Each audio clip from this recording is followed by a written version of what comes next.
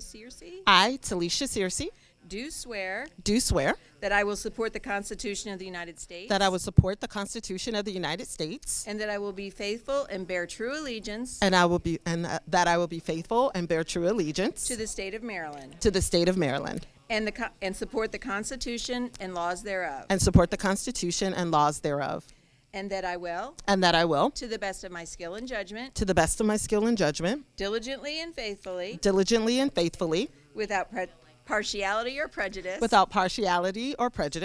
execute the office of mayor execute the office of mayor according to the Constitution and laws of this state according to the Constitution and laws of this state and the laws of the city of Tacoma Park. and the laws of the city of Tacoma Park. Congratulations. Thank you. Thank you so much.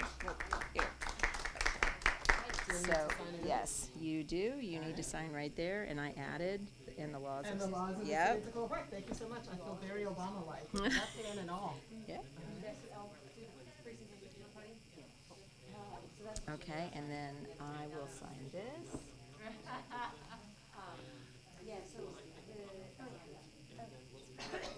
And I will sign this.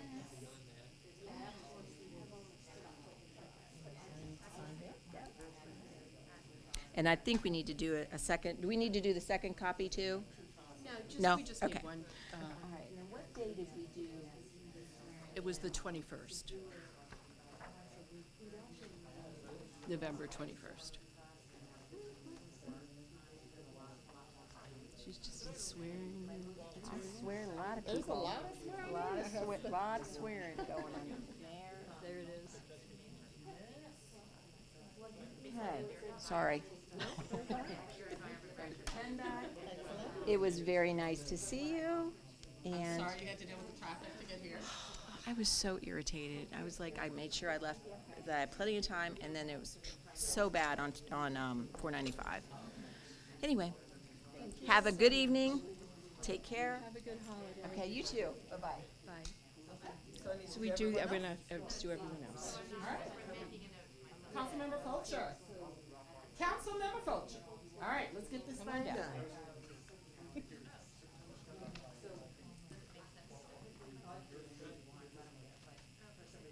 All right. All right. If you wouldn't mind raising your right hand and repeat after me. I, Shayna Fulcher, I, Shayna Fulcher, do swear do affirm affirm that I will support the Constitution of the United States that I will support the Constitution of the United States and that I will be faithful and that I will be faithful and bear true allegiance and bear true allegiance to the state of Maryland to the state of Maryland and support the Constitution and support the Constitution and laws thereof, and laws thereof, and that I will, and that I will, to the best of my skill and judgment, to the best of my skill and judgment, diligently and faithfully, without partiality or prejudice, execute the office of Councilmember Ward 1, execute the office of Councilmember Ward 1, according to the Constitution according to the Constitution and laws of this state and laws of the state and the laws of the city of Tacoma Park. and the laws of the city of Tacoma Park. All right, awesome. Thank you. It occurred to me that it was more appropriate that I affirm than swear. No worries. Yeah. I forgot to say or affirm as the case may be. Thank you. All right, Councilmember DeBala. I'm here. Lower the mic a foot.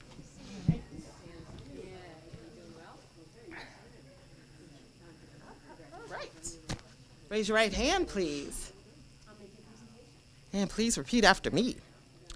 I, Cindy DeBala, I, Cindy DeBala, do swear or affirm as the case may be do swear or affirm as the case may be that I will support the Constitution of the United States that I will support the Constitution of the United States and that I will and that I will be faithful and bear true allegiance be faithful and bear true allegiance to the state of to Maryland the state of Maryland and support the Constitution and support the Constitution and laws thereof, and laws thereof, and that I will, and that I will, to the best of my skill and to judgment, the best of my skill and judgment, diligently and faithfully, diligently and faithfully, without partiality or prejudice, without partiality or prejudice, execute the office of Council Member Ward 2 execute the office of Council Member Ward 2 according to the Constitution and laws according to the Constitution and laws of this state of this state and the laws of the City of Tacoma Park. and the laws of the City of Tacoma Park. Excellent. Thank you so much.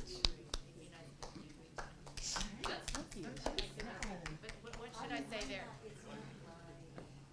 It was, I did not have in the laws of the City of Tacoma Park when I was sworn in, which means that everyone else has to be sworn in too.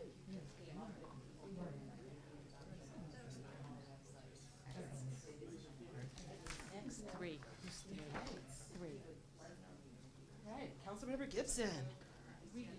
Here? Perfect. All right. If you wouldn't mind raising your right hand and repeat after me. I, Randy Gibson, I, Randy Gibson, do swear or affirm, as the case may be, do swear or affirm, as the case may be, that I will support the Constitution of the United States that I will support the Constitution of the United States, and that I will and that I will be faithful and bear true allegiance be faithful and bear true allegiance to the state of Maryland to the state of Maryland, and support the Constitution and laws thereof, and support the Constitution and the laws thereof, and that I will, and that I will, to the best of my skill and judgment, to the best of my skill and judgment, diligently and faithfully, diligently and faithfully, without partiality or prejudice, without partiality or prejudice, execute the office of Council Member Ward 3 execute the office of a council member, Ward 3, according to the Constitution and laws according to the Constitution and laws of this state of this state, and the laws of the City of Tacoma Park. and the laws of the City of Tacoma Park. Excellent. Thank you.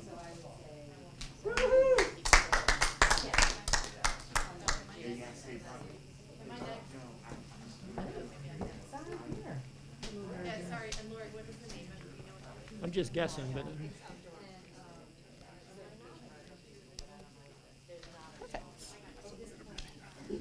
no, don't worry.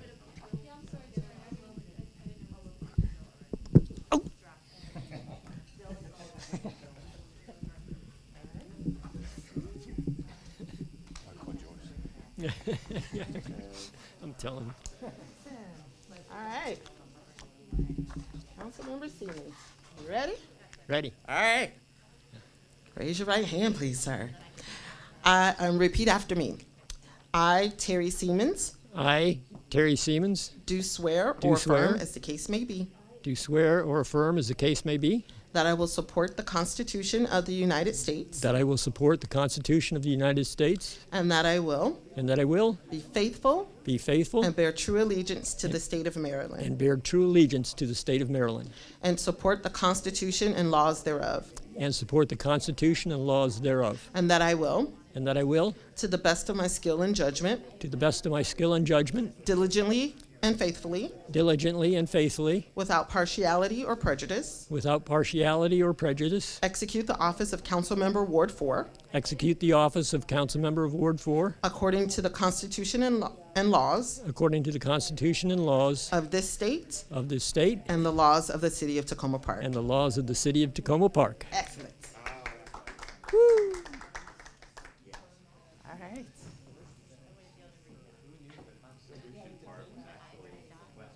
Yeah. Perfect.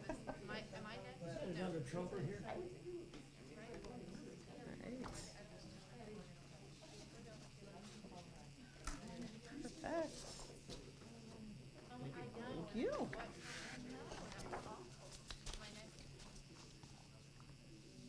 Okay. Yes. All right. So, if you wouldn't mind raising your right hand, please, and repeat after me.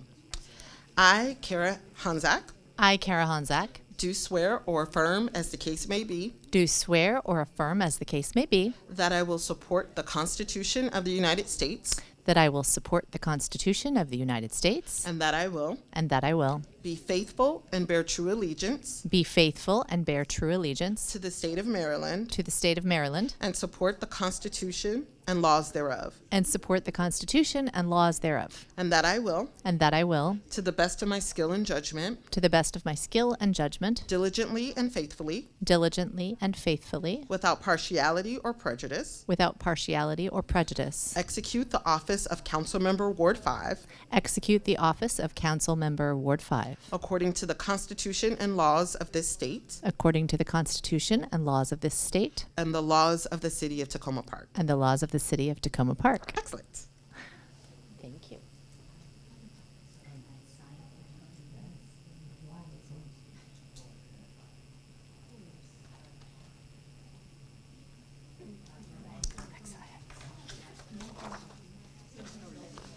All right, Councilmember Small.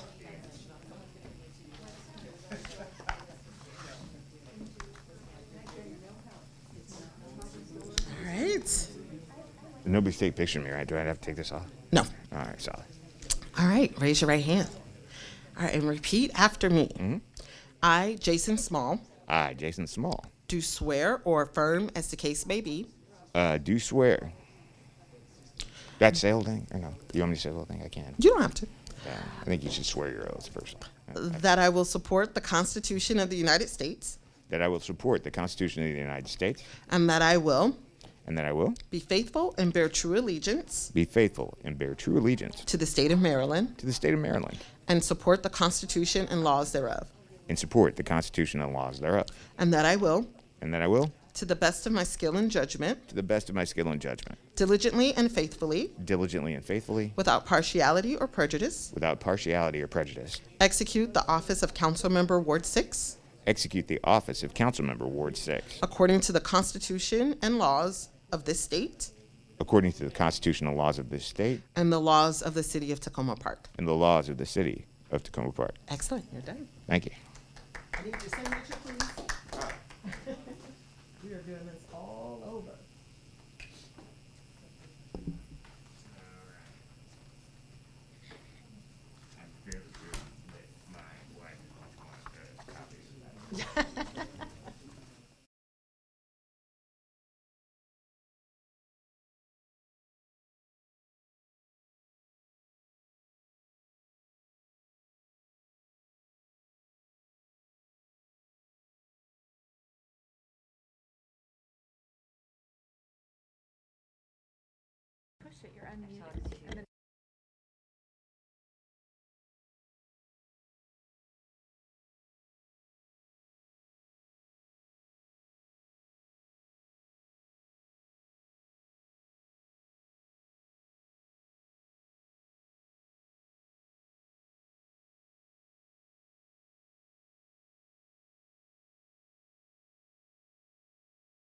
You'll get the red light will show. Yes. That lets you know that I have a signal and I see here that you've pushed it. But doesn't it also mean that when I'm speaking now, I'm no longer unmuted, right?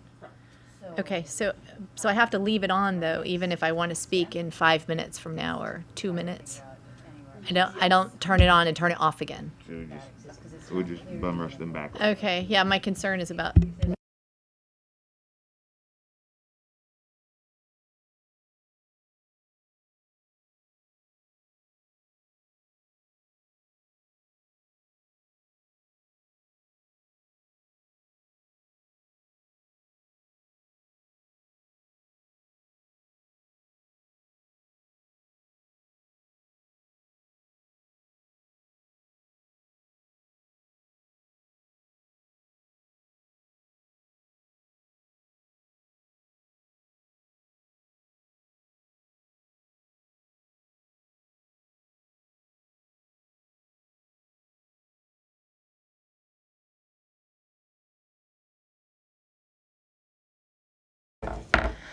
Good evening. I would like to call this meeting of the City of Tacoma Park City Council to order.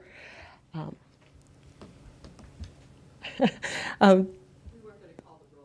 that's fine. No worries. Just wanted to make sure that we stopped a lot of the catching up that we're all doing. So tonight is a special meeting that we are going to have where we have an opportunity to engage with our District 20 delegation. And we're joined here at the dais. Recording in progress. Wonderful. And we're joined here tonight by our District 20 delegation. Currently at the dais is Delegate David Moon, who's here, as well as Delegate Lorik Charkoudian, who's joined us. We're also expecting other members of the delegation, and we will welcome them when they arrive. So with that, I would like to we do have a couple of residents who are on the line who would like to provide some comments.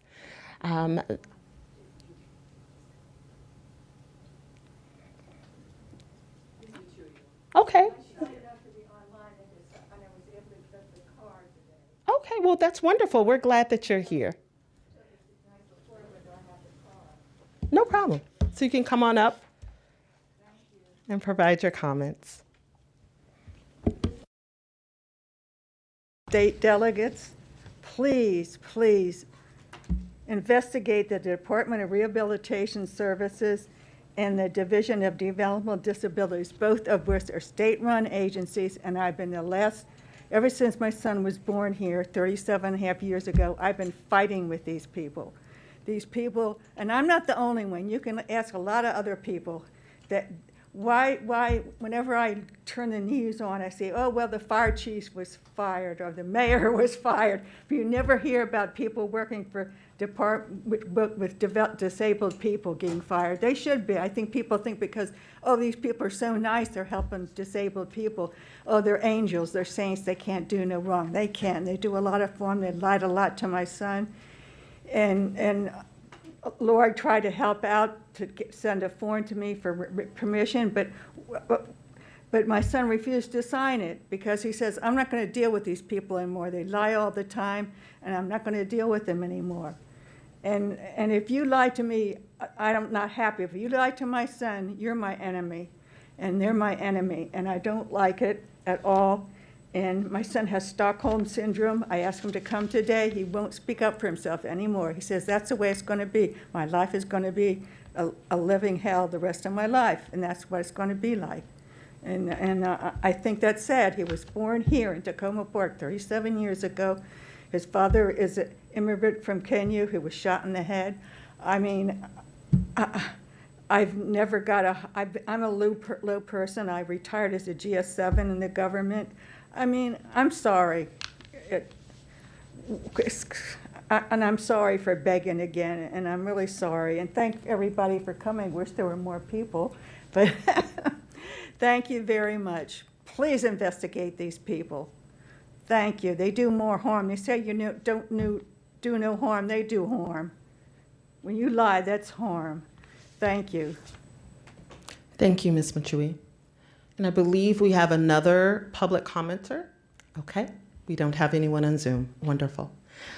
Well, I just want to kind of start by just thanking our delegates for taking time out today. The goal of this meeting is always around collaboration, where we have an opportunity once a year to share the city's priorities, but also to hear about the priorities of our District 20 delegation and to set the stage for how collaboration will happen over the course of this upcoming session. And so with that, we're going to ask our legislative person, Ann, to come up to walk through the City of Tacoma Park's priorities. After Ann speaks, our delegates would have an opportunity to provide us with an update on your planned legislation for the upcoming session. Ann, take it away.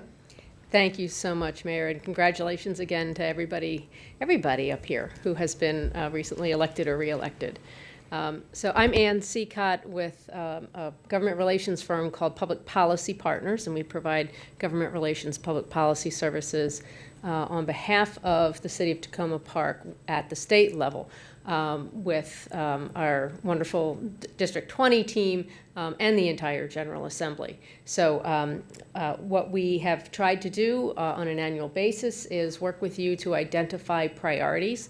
They are certainly similar year to year, although there are times when there are special things that happen. We spent a lot of time on reimagining public safety a few years ago, and obviously the response to the COVID pandemic. But there are common things that Tacoma Park annually weighs in on, as a lot of municipalities do. And as many of you on the council are new, I think that hopefully the priorities are broad enough that as you bring your own interests to the city council representing your constituents, we will be paying attention to what's going on in Annapolis during the upcoming session that would impact you and your constituents.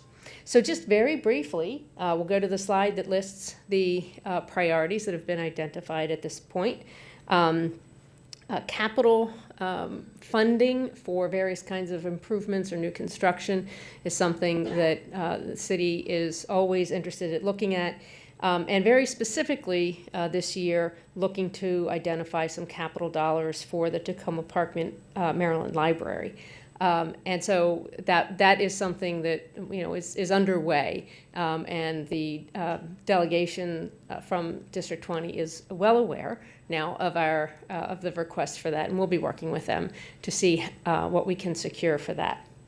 Fiscal sustainable government is one of those annual priorities, and especially are looking for new ways for not just Tacoma Park, but other municipalities to raise revenue, and also looking at some of the things that are becoming available now, such as settlement dollars from the opioid lawsuits against the pharmaceutical companies, any of the potential new funding coming either from cannabis revenue, from any taxing, or some of the special funds that have been set up to look at some of the reinvestments in community.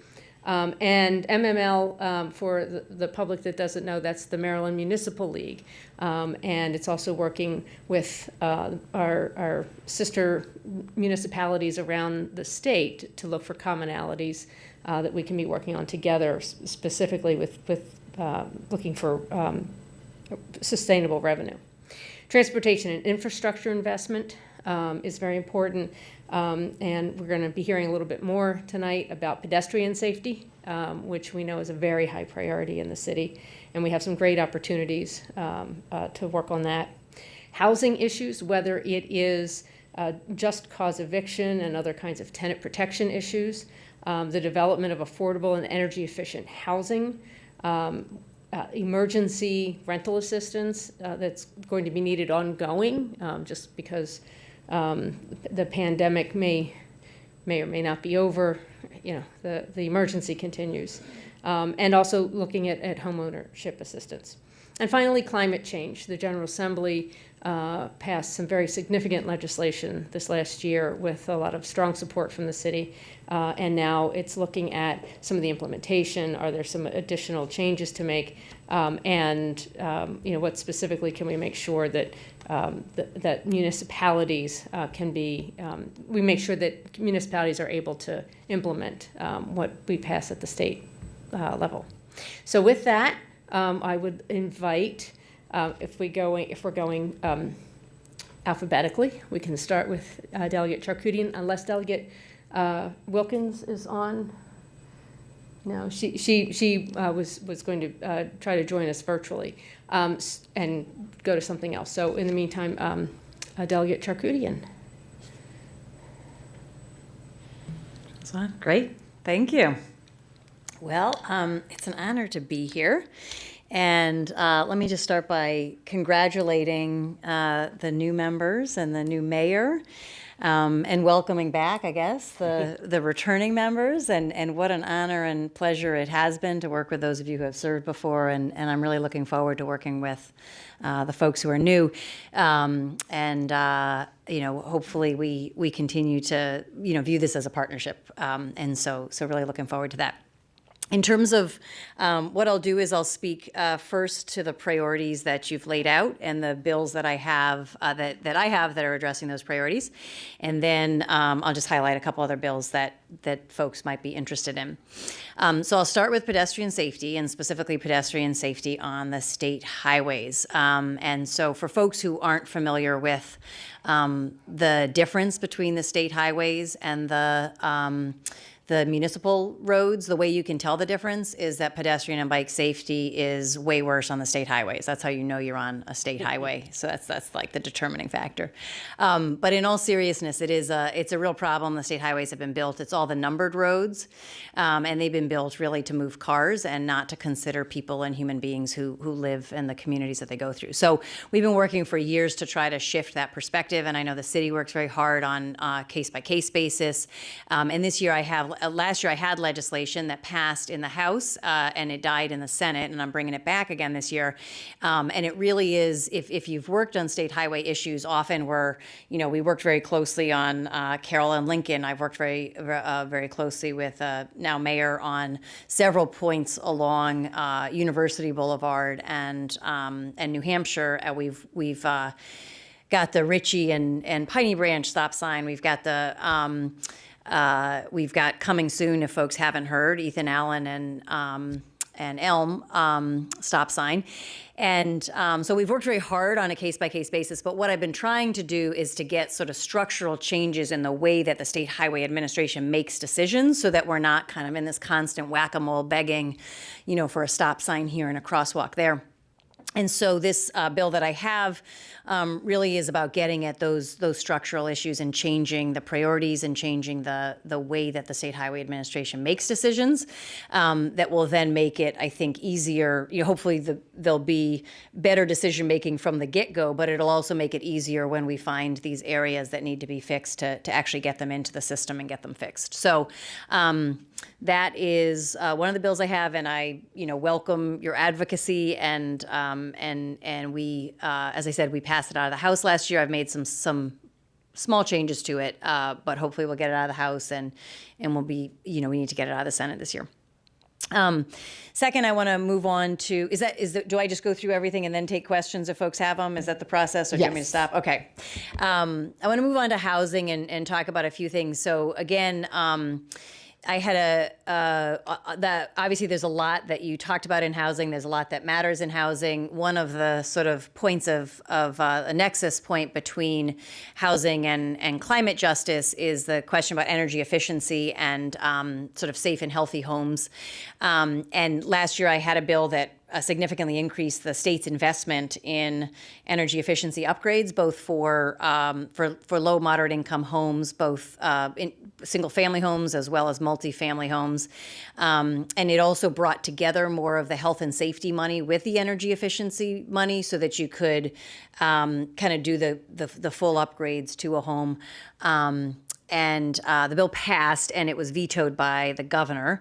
And so we'll be bringing that bill back again this year. And it is an important piece on the housing front. The second thing that I want to highlight is an area that is tied to housing, which is that we've done a lot of work on, and I want to make sure folks are aware of, which is the utility assistance. So there's two different forms of utility assistance. There's MEAP, which is federal money, EUSP, which is state money.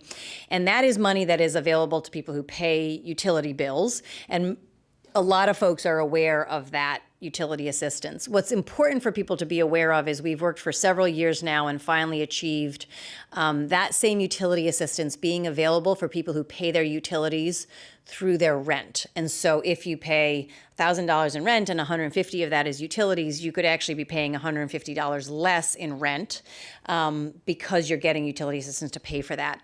We worked very hard to establish that. It's now established, and we need to make sure people know that because it's actually a way of lowering people's rent, and folks who rent and pay utilities through their rent do actually have an energy burden. It's just not as obvious as people who pay a utility bill directly. So that is sort of the victory and the public service announcement, and I welcome everyone to join me in getting that word out. But then related to that is another bill that I have coming this year, and that is categorical eligibility. And so right now, folks who are tapping into the safety net system that we have may right now have to complete 3, 4, 5 applications to access the various safety net services that are available. So, for example, the same benefits, the same criteria, and the same application process may be there for SNAP benefits, which is food assistance, may be there for Medicaid, for energy assistance, for SSI, but right now people have to apply through 4 different systems and go through an eligibility application in 4 different systems. And so the bill that we have this year is categorical eligibility, so you go through one system and you are determined to be eligible for all of those, Medicaid, energy assistance, SNAP.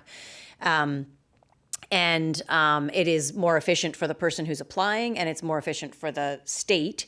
And the hope is that we maximize the number of people who are eligible, who actually get the benefits that they are eligible and should be receiving. So that's a categorical eligibility bill that is sort of somewhat tied to the housing priorities because of the EUSP, but broadly tied to making sure people have access to the services that they need. I'll move on to climate change, and in addition to the energy efficiency bill that I mentioned, I'll have a significant bill, and frankly, the pedestrian safety bill. I actually consider the pedestrian safety and a bill to be one that's both about inclusive communities as well as about, walkable communities that address the climate change issue. But I also have a significant bill on offshore wind. And so in order to meet some of our emissions goals, emission reduction goals, we have to massively increase the amount of clean energy on our system. And offshore wind is one of the ways to do that. It's a very powerful source of clean energy. It generates power at different times than solar does. And so we are preparing for significant increases over the next 10 years in our offshore wind development. I just want to highlight 2 other areas that are not directly related to issues that were on your list, but are issues that I know I've heard from constituents and also from other elected representatives here. So one is mental health, and I have 2 bills related to mental health coming up. One is related to bringing Medicaid funding for, hello and welcome, Senator, Medicaid funding for school-based mental health, and if we restructure our Medicaid plan to bring Medicaid funds to school-based mental health, we could significantly increase the amount of mental health services being provided directly to students in schools. And so that's just really important as we're looking at the crisis that everyone's facing, but children in particular, young people and students.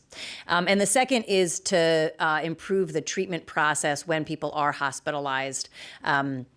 And I won't go into details on that, but if people are interested in sort of that issue, I'm happy to discuss it. And then finally, people may know I do a lot of work on food systems, healthy food access, and increasing the local food that is in our institutions, and creating economic opportunity for farmers and food entrepreneurs. And I have a few more bills that really support that effort, and pollinator corridors actually as part of that. And so I'll be bringing some of those bills as well. So to the extent that folks are interested in those issues or others, I'm always available and happy to talk more about that. And when we get to, I guess, questions, I can take those as well. Thanks for the opportunity to share. Thank you very much. I do just want to pause for a second to acknowledge Senator Smith, who has joined us. And so what we're doing right now is allowing our District 20 delegation to walk through priorities. Really quickly, do we have any questions for Delegate Charkoudian before we move on to Delegate Moon? Perfect. Okay. Yes. Okay, no wonder I could not see you. I was like, wait a minute, I don't see you. All right. Well, Councilmember Small, if you wouldn't mind. Thank you, Mayor Susie. I just wanted to say to Delegate Charkoudian that I sincerely appreciate the efforts that you have made on behalf of pedestrian safety. I'd like to think that to some degree that is directly related to both University Avenue and New Hampshire Avenue, which are the bounding areas of Ward 6. I guess my question is, I guess I have a question and a statement. I'll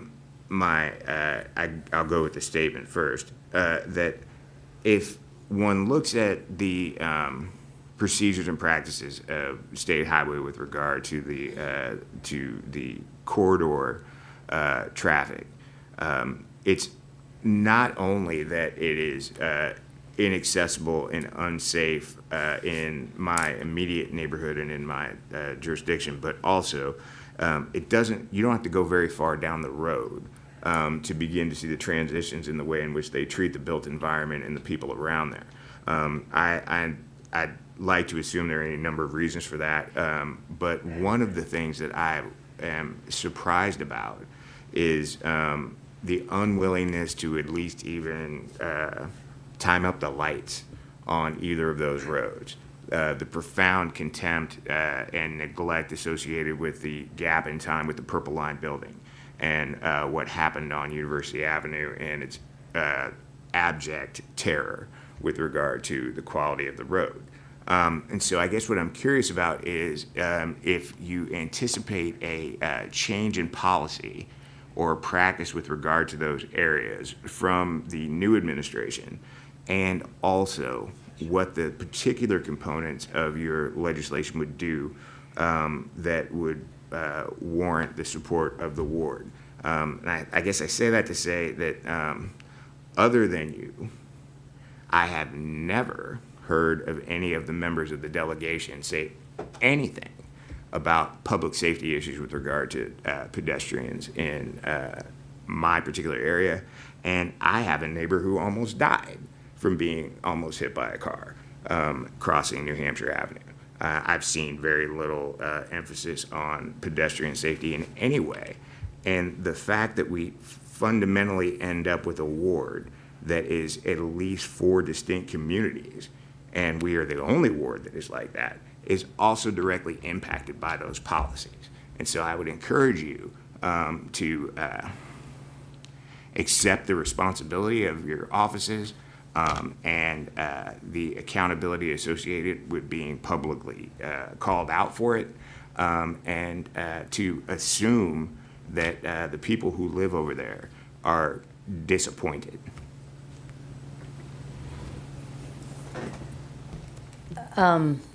So I think there's a lot in there, and I think that let me try to answer a couple of the pieces. First, I mean, there is the reality of structural racism that is in how our communities are built, right? And how roads are built, where they're built, where the investments happen. And I think that we can see that in state highways and in the quality even of state highways and the accessibility of the walkability of state highways in some communities compared to other communities. So I think that that's a really important point to highlight and to reiterate. And so it is on us to take this legacy and prioritize fixing the legacy, and in particular prioritize fixing it in communities that have been most significantly underinvested in. So that's kind of the very broad piece that I want to highlight about that. And I'm sorry to hear about your neighbor, and I'm sorry that we have lost several precious neighbors and community members on University and on New Hampshire. And we've also lost people's ability to feel safe and comfortable in their own community. So even if they're, haven't actually been harmed themselves, their ability to feel safe in their own communities has been harmed and taken away. So thank you for bringing that up, and we do need to all continue to work on that. In terms of the Purple Line in particular, one of the challenges on University, I can say, for example, that since someone was killed crossing at Seek Lane, we've been working on getting a signalized crosswalk at University and Seek Lane. We were promised the crosswalk. we were told it was going to happen after the Purple Line was constructed. We said that that was not acceptable. So then we were eventually, after negotiating and advocating, we were told it would be built before the, as early there would be an interim solution, and then there would be a long-term solution. Then the Purple Line, the contractor walked off the job, right? So it's kind of continued to be pushed back. We've continued to raise the fact that that's not acceptable because people still need to cross there regardless of what's happening with the contractor and so on.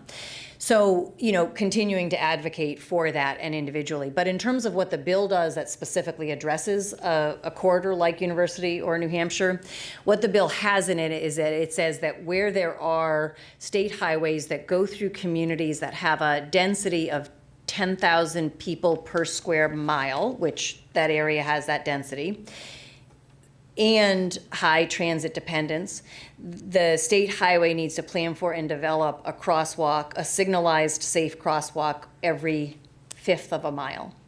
Because right now the policy is to say we expect people to just walk an extra 1/2 mile to get a safe crossing, and that's an unacceptable policy and it's an unrealistic policy. And so that's sort of the specific way that this bill addresses safe crossings specifically in those communities. There's other issues. I don't want to take up too much more time. I hope that sort of starts to answer your question, but I welcome the chance to work with you and anyone else, in more detail on this issue and on particular corridors. Yeah, thank you. And I guess what I would say is that when you put together development and transit-oriented development, and you put together a generalized apathy, it makes for a situation where the presupposition that all these things are going to change when the area gentrifies is likely. And I'd prefer that the people who actually live in the area and have suffered under these conditions get to benefit from some of these changes. Thank you. Great. All right, next we have Councilmember Fulcher. Oh, I think your light is not on. I think that maybe they're confused because of the seats being changed up. Are they still? Yeah. Okay. It's probably me. No worries. All right, Councilmember Gibson. Thank you, and Delegate Charcuti on just really an impressive array of just goals and tangible plans and bills to go forward. Two pieces in particular I wanted to just comment on and ask a little bit more. First, with regard to the energy efficiency, I just want to say how important I think that is. We live in this country and in the world as if we're going to have technological solutions and wind and solar, and it's going to solve all of our problems. Our use of energy is a primary driver of where we're at. We use a lot of energy, and to replace all of our fossil fuel energy with other sources is maybe unrealistic in terms of at least how fast it can happen. I'm in favor of it. So in the meantime, reducing our energy utilization, conserving energy, should be, I think, our goal number one. It's low-hanging fruit, and I really, really appreciate your efforts in that area. The other bill, I presume, that you were talking about was the pollinator corridors. And in a sense, that's another preservation issue, conservation issue. And I was wondering a little bit more detail about that. I'm familiar with the city of Mount Rainier that's working with the Sierra Club, and they have begun a corridor, and they've been in contact with some of the individuals in Tacoma Park in terms of what they call a native plant and wildlife corridor. Could you give me a little bit more information about how that would impact the city of Tacoma Park, for example? Yeah, sure. So thanks for your comments on efficiency, right? Like efficiency and conservation first, like we've got to do that as quickly as possible. It's one of the three things, along with electrify everything and clean up the grid, that gets us where we need to go. So the pollinator, so first a shout out to Friends of Sligo Creek who kind of brought this particular issue to me. The bill is actually focused specifically on native plants and pollinator friendly habitats under power lines.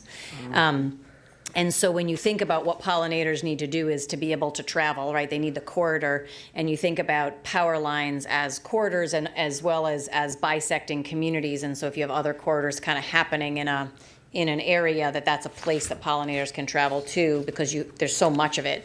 It's a useful kind of set of land to get. It's not the be all and end all of what we need to do for sure, but it is an important piece of it. And so I think the hope is that if we can get that done, under the power lines and our transmission lines, that combined with what state highway does, with what municipalities can do, right? Like you start to get, and with what everyone can do in their yard, even if it's just a small set of plants or on their deck if they are in an apartment building, right? Like you start to get the pieces together that give the pollinators the corridor that they need. Really, that sounds like a very positive step with a prescribed territory underneath those power lines. Separately, I'll send you information. I think that you might be interested in what the Mount Rainier Group and the Sierra Club is trying to connect individual households, city parks, to have a corridor for native plants and wildlife from the Anacostia to the Potomac. And just made up of, like I said, Sligo Creek and then various other city properties as well as individual residences that want to put a certain percentage of native plants in their yards.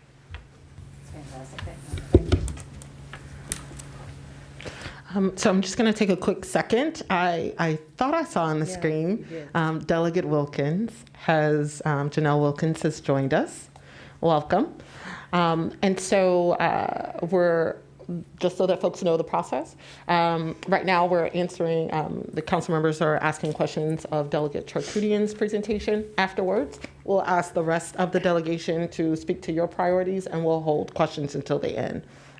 So just so that you can have a little time to get comfortable, and then we'll pummel you with questions later too. All right, with that, I just want to make sure that because I cannot use my screen, Councilmember Siemens. Thank you, Mayor. And thank you to the delegation for coming here tonight and sharing with our community the work that you have done and you have planned for this coming year. I know that a lot of what we're going to hear tonight is about policy that you've worked on and continue to work on. But I think it's also important for the community to know your dedication to this community and the work that you all do outside of your legislative duties in just oftentimes just volunteering to help the organizations in the community better serve our neighbors. And I just want to take this moment to thank all of you, Senator and all you delegates, for volunteering and helping out the community in so many ways beyond your responsibilities in your job. Thank you. Councilmember Dabala. Yes, thank you. Very quickly. Hi, everybody. Couple of comments in two areas. One on energy efficiency. Thank you for bringing that bill back. Hopefully this time we can get it passed and signed. With Tacoma Park being half renters, the bill is very important to the city. Also, we are very interested, as Ann Seacott said, in the implementation and tracking what's happening with the bills, with the legislation that got passed last year, which you mentioned. So thank you for all that.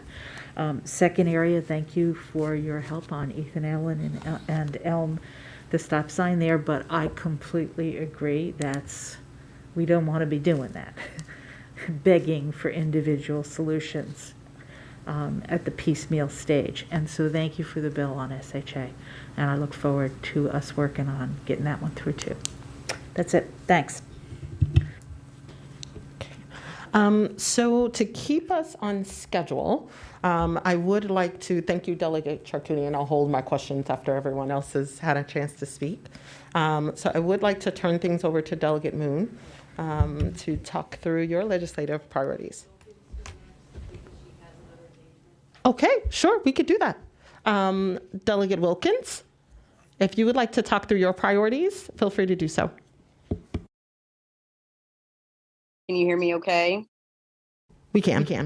All right, perfect. Good evening, everyone. It is wonderful to be here virtually with you. I do apologize that I wasn't able to be there in person. I had already committed to an event way across the state. And so luckily, due to Zoom and hybrid meetings, I'm able to be in two places at one time. So I do appreciate you accommodating me. And congratulations to all of the new incoming and returning members of the City Council. Looking forward to our collaboration and work together. Again, I am Delegate Janelle Wilkins. I serve District 20 with my wonderful district mates and colleagues. I have been, I've represented District 20 for the last 6 years, and I serve as the parliamentarian of the House, and I serve on the Ways and Means Committee, which deals with tax issues, education issues. It deals with election law, which is the subcommittee that I chair. And we also deal with issues around gambling. In addition to that, I was recently nominated to the position of chair of the Maryland Legislative Black Caucus, which is the largest caucus in the entire country. And a lot of my work is to help lead the Legislative Caucus over the next year. Some of the priorities that we're working on as a caucus, which will be taking up a lot of my time over the next year or two, are dealing with issues around income inequality and building wealth, housing issues, education equity, the cannabis legalization, which of course that passed on the ballot by voters in November. And that's probably the number one issue that we're going to be working on in the 2023 legislative session.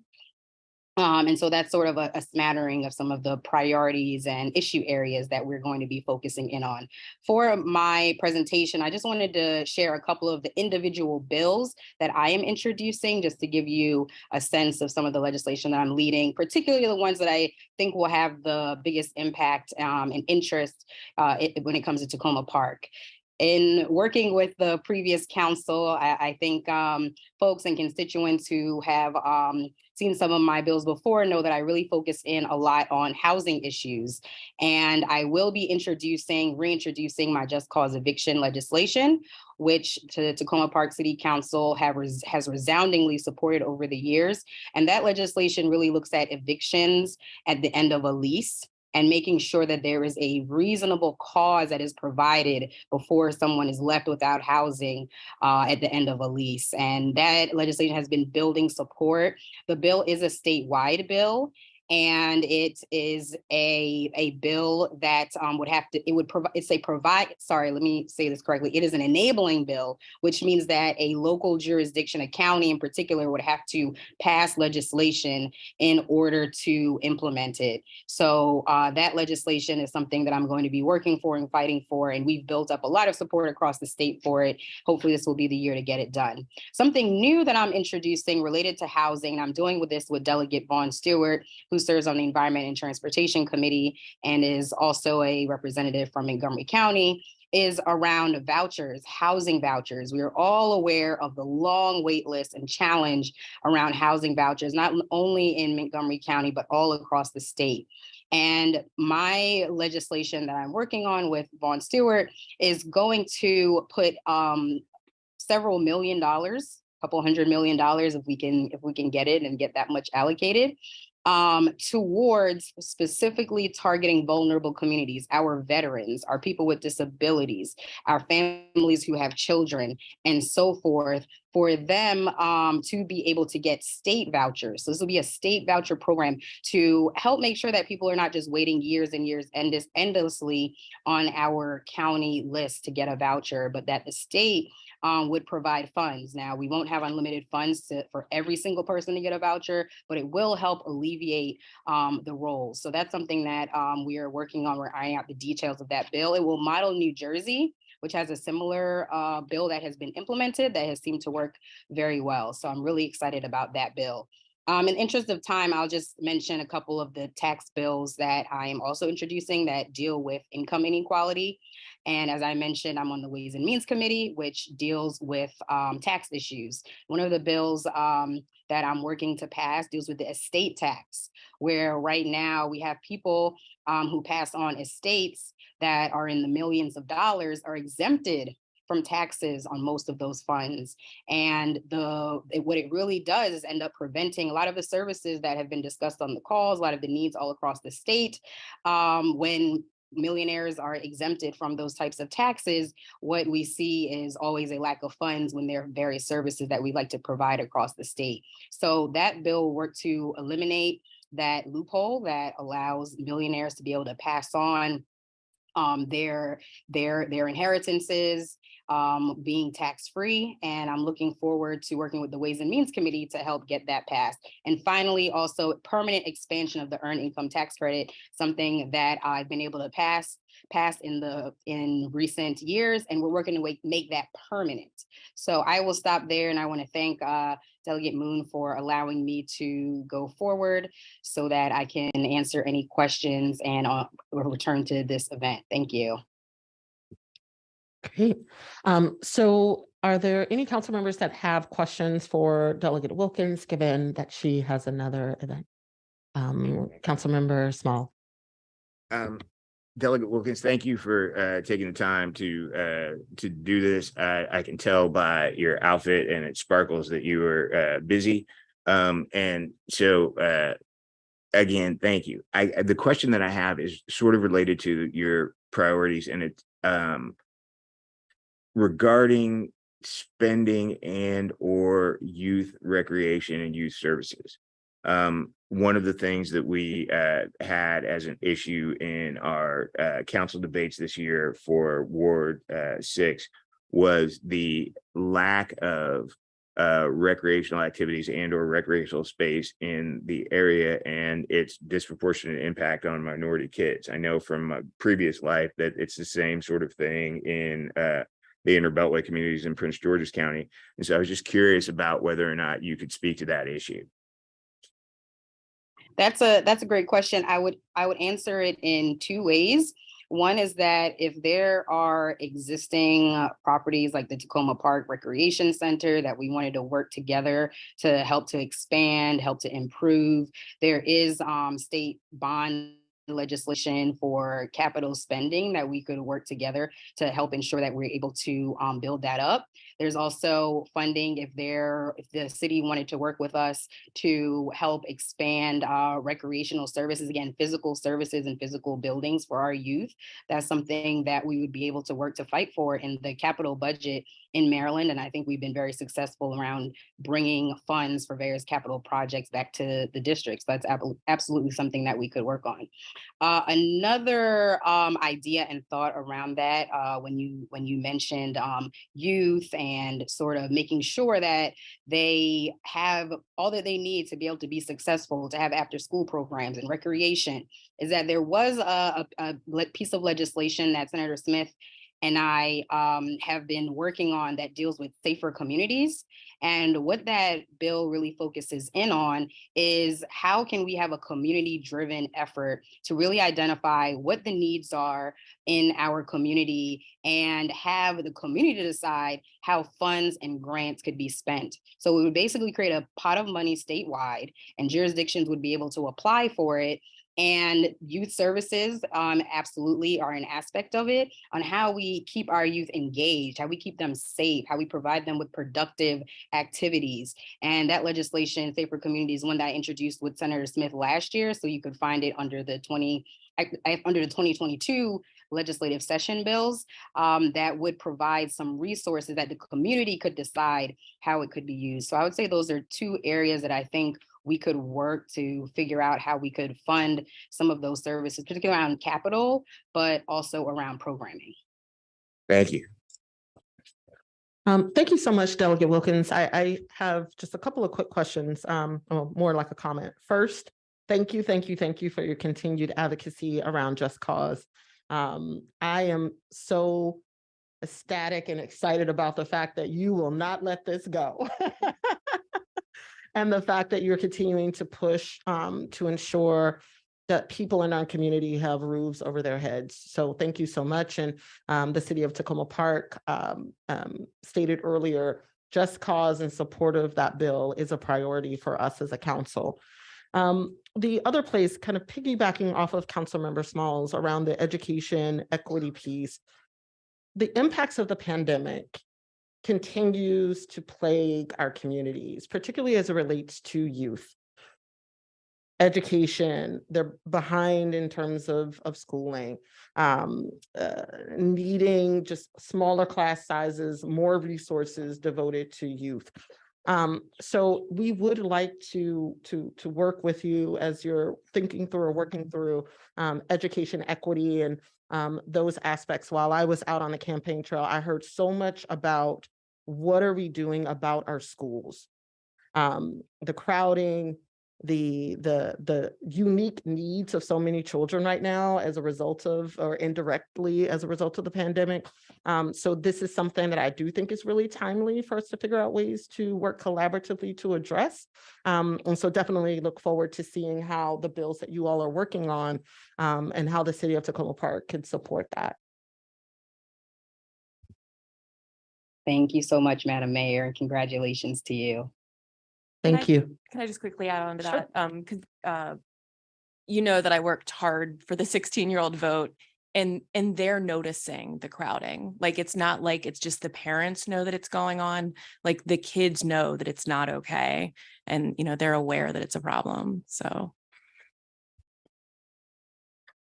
Again, thank you so much. Thank you so much, Councilmember Fulcher, for again stressing the importance of these issues. And we will let you get back to your other event, but thank you so much for taking time out to join us today.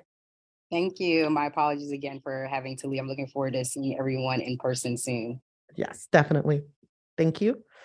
And so now I will turn things over to Delegate Moon. Thank you, and congratulations to all the new members and mayor. I guess I'll start with a little touch on some of the city priorities and just give you a status check on where I and the county might be at legislatively. So I'll start with pedestrian safety.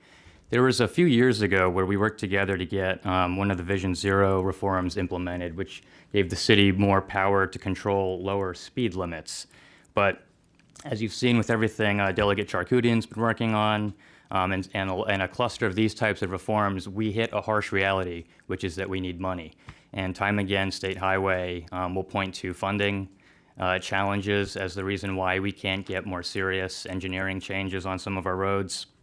I would point to, for example, that's why there's stop signs at Piney and Ritchie instead of a street light there, as was originally recommended. And so we're coming back this year with a bill to try and build a fund that is dedicated to building some of these more expensive treatments on state highways using some of the school bus fine revenue. So stay tuned for that. The bill hearing is tomorrow. People don't like when you take a run at their money, so wish us luck. And on the housing piece, I'll just touch on one bit that's also going to a hearing tomorrow, which is legislation to stop the county from requiring multiple parking spaces near Purple Line and Metro stations, and also to stop landlords from insisting that a parking spot come with a unit. So I think these are some of the, this is sort of a test, but for me it's an opening salvo to try and make sure that some of the promises about what Purple Line and transit-oriented development would look like actually materialize. And the parking jacks up the cost of housing. That's the punchline here that that probably helps explain some of that. It's going to be testy because people like surface parking, as you know, in the city, but hopefully this will trigger a robust dialogue. So let me take a quick drink here. Okay, so let me put that aside and give you a little bit of a preview of the judiciary and House agenda on some of the major topics that a lot of folks have been asking about over the years, and I'll just do this real quick, because I know Will's going to have a lot to say on this too, but reproductive rights obviously is going to be back at the front of our minds when we get back into session. You'll see a range of things dealing with what the Supreme Court did in terms of protecting out-of-state patients, the privacy of our medical records, finishing the job to enshrine reproductive rights in our state constitution. In other court disaster news and mitigation. Gun safety is obviously going to be back in the front seat, doing what we can to limit the fallout from those rulings, starting with limiting where firearms can be carried, beginning to open the door to the conversation about opening gun manufacturers to lawsuits from the consequences of some of their sales and marketing. And then lastly, that talking point that everybody loves to flog but never fund, fully funded mental health and substance use disorder services 24/7 in all counties in the state with low to no cost for those who need it. It comes up literally in every issue, but no one ever wants to pay for it. So I think it's about time we got serious on that. So that's a lot to unpack there, but thank you again for your service, and thanks to everyone for tuning in to city and state issues where there's a nexus, and happy to continue the dialogue through questions. Delegate Moon, you didn't mention ranked choice voting. Sorry, that's I forgot one tiny little bill. Later this month, you will see an effort to ensure that the states, and this is sponsored by the team, we do a lot of our work as a team, to make sure that the state's voting equipment, our lease with our vendor ends in 2024. And so as we sign a new lease, we want to make sure that whoever the state should choose, that their systems are capable of being compatible with Tacoma Park's method of ranked choice voting. And I think that needs to actually be said in the contract to leave that door open. So stay tuned for more on that. Thank you. All right, I will turn things over to Senator Smith. Councilman, do you have a question? Or? Oh, I think she wanted to do you guys both before, right? Yeah. Thank you. Yeah. Well, thank you, Madam Mayor, and congratulations to everyone, the new and returning members of the council, and Madam Mayor. Congratulations. It's good to be here with you all. Also, one more shout out to Janelle. It's actually, she was a little bit modest. That's a really big deal. She's now the chair of the Black Caucus in the state of Maryland. It's the largest Black Caucus in the nation, and she will have a lot of influence to push legislation through that I think we all care about. So that's just, it's a really fantastic opportunity and kind of a testament to her hard work and the trust that our colleagues have in her throughout the state. So my name is Will Smith. I'm your state senator. I'm the chairman of the Judicial Proceedings Committee in the Maryland Senate. So we have 4 standing committees in the Senate. The Judicial Proceedings Committee has jurisdiction over everything from housing to transportation, criminal and civil justice issues. And David spoke a little bit to some of the issues, and I'll just dive a little deeper. For Dobbs, the Dobbs decision obviously was devastating, and so we have to kind of furnish our statewide response, and that can, we're working on a couple of pieces of legislation I think will help us. Obviously, the Roe versus Wade decision was enshrined it was codified in our code. It's in our Maryland Health General article, but it's not enshrined in our Constitution. So you'll have a constitutional amendment that'll go forward. But also we're looking into ways to protect people that come to Maryland to seek health care so that they're not prosecuted in their home states that may be more hostile to being able to access abortion in Maryland. And so we've been working with our Attorney General. There's actually an individual responsible for extradition.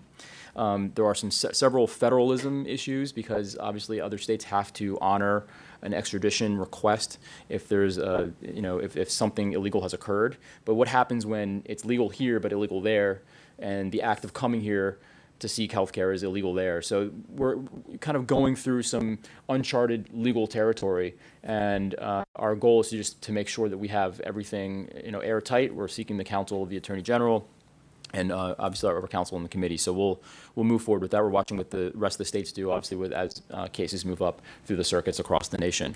We'll also have, David talked about the privacy issues as well, and then also making sure that we have adequate funding to ensure that people that do come here from out of state have access, ready access, and that people in college campuses have access. And underserved communities have access. So a lot of funding decisions that will be made before us as well. The Bruin decision for gun safety, obviously another devastating Supreme Court decision that said that our good and substantial requirement for wear carry permit, meaning that we are now a shall issue state. We used to be a may issue. And so we will be looking into where basically the line is constitutionally for not only the sensitive spaces and places. We have a list of sensitive places in our code. We want to expand it. And we're going to push it to the limit to make sure that we don't have guns in public places and spaces. I personally, people will point toward jurisdictions that have higher levels of gun violence due to illegal guns and illegal handguns being trafficked in from out of state. Well, also having folks that have more guns in bars and in our town centers makes us less safe. More guns makes us less safe, and so that'll be a huge priority for us. We're basically taking the Supreme Court's guidance to understand what those historical analogs are, and we're going to document them, make sure that there's a robust legislative history so that when this gets challenged, because as soon as we pass it, I guarantee you it's going to be challenged in the Fourth Circuit, we will have a history to bolster our arguments when we move forward as to why we've curtailed certain spaces. We're also looking into other requirements for the renewal of the permit. So mental health evaluations, how often you have to go through the renewal process, maybe more hours, things like that, pushing to the limit of what is constitutional to ensure that this is done in the most safe manner possible. Obviously, public safety, some of our police reforms do continue. I was at an MML meeting last week, and the PABs, the Public Accountability Boards, I understand your desire to have someone from your municipality represented on those county boards. So we'll look into something, we'll look into some sort of an elegant solution to ensure that municipalities have participation on those boards, because it's obviously very critical if something happens here in the city. So, and you are our only municipality in our district, so we're definitely looking out for that. Also, the independent investigations for officer-involved deaths. We created independent investigations unit so that the state's attorneys no longer are responsible and the police officers are no longer responsible for basically investigating themselves. We want to close that loophole and include prosecutions so that the Attorney General will be responsible for not only investigating but making those prosecutorial decisions as well.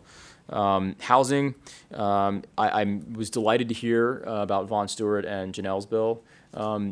A few years ago, we passed a bill that basically ended discrimination based on your legal source of income to include those housing vouchers. The Attorney General would like to have the power to go ahead and actually enforce that.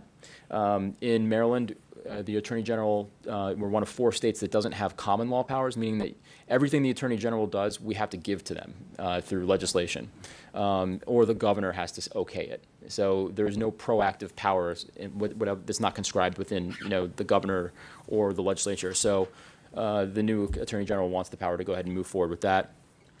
Juvenile justice, I'll just close here with juvenile justice. We've made some significant strides forward with juvenile justice. One issue that's going to be top of mind for all of us is direct charging of youths. We want to end that for the vast majority of crimes, because you understand that we all know this, apart from developmental science and brain science, but if you are able to have someone in the juvenile system, you're going to have better short and long-term outcomes in terms of recidivism and rehabilitation.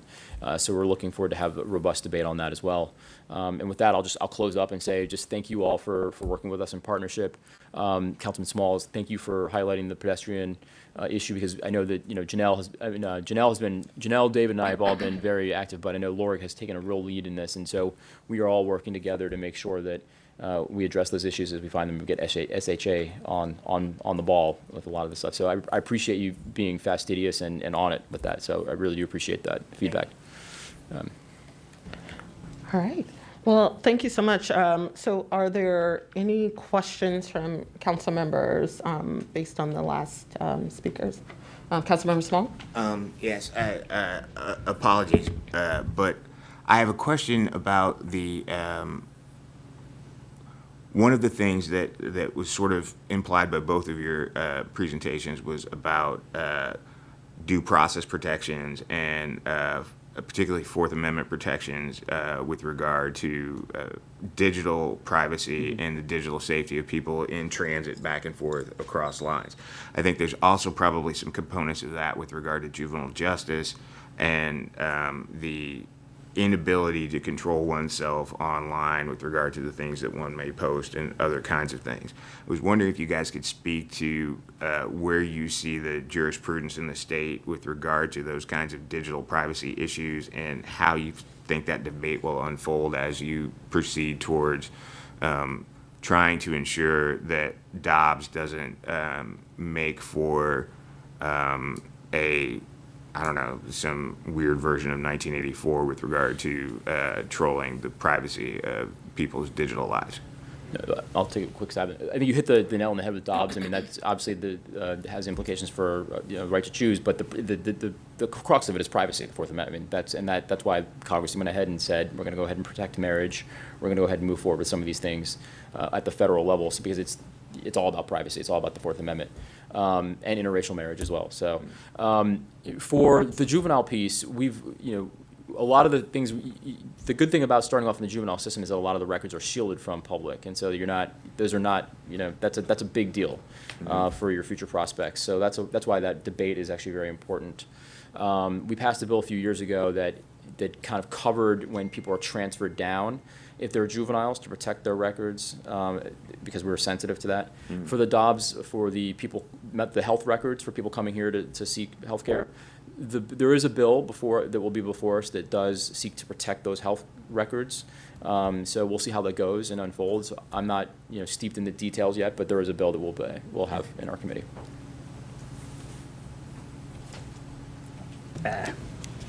Okay, thank you. Just a couple quick things on this. First, I don't feel comfortable that without legislative intervention, these things just take care of themselves. Let me just start there. And we have a terrible history of it, even in Blue, Maryland. We had to pass a bill, and there was a huge fight about it, and it dealt right at the edges of these topics with juvenile mugshots. And getting juvenile mugshots when the case may stay in adult court, it might not, to get those protected so that those particular embarrassing items are not circulating there forever, even if your case gets disposed of in the juvenile system, was a huge effort. And that's just the mugshots. Yeah. So that's one taste of it. And the other warning I will leave here is that under our own nose, and this is as good a place to raise this as any, because I don't think folks know, but Montgomery County, our own county, uses a outside third-party contractor that has downloaded all of our social media presences on Instagram, Facebook, and whatever, so that they have the ability to, I think that's how they got the guy who harassed those young ladies on the bike trail. They matched a T-shirt logo using this social media database. Now, fair enough.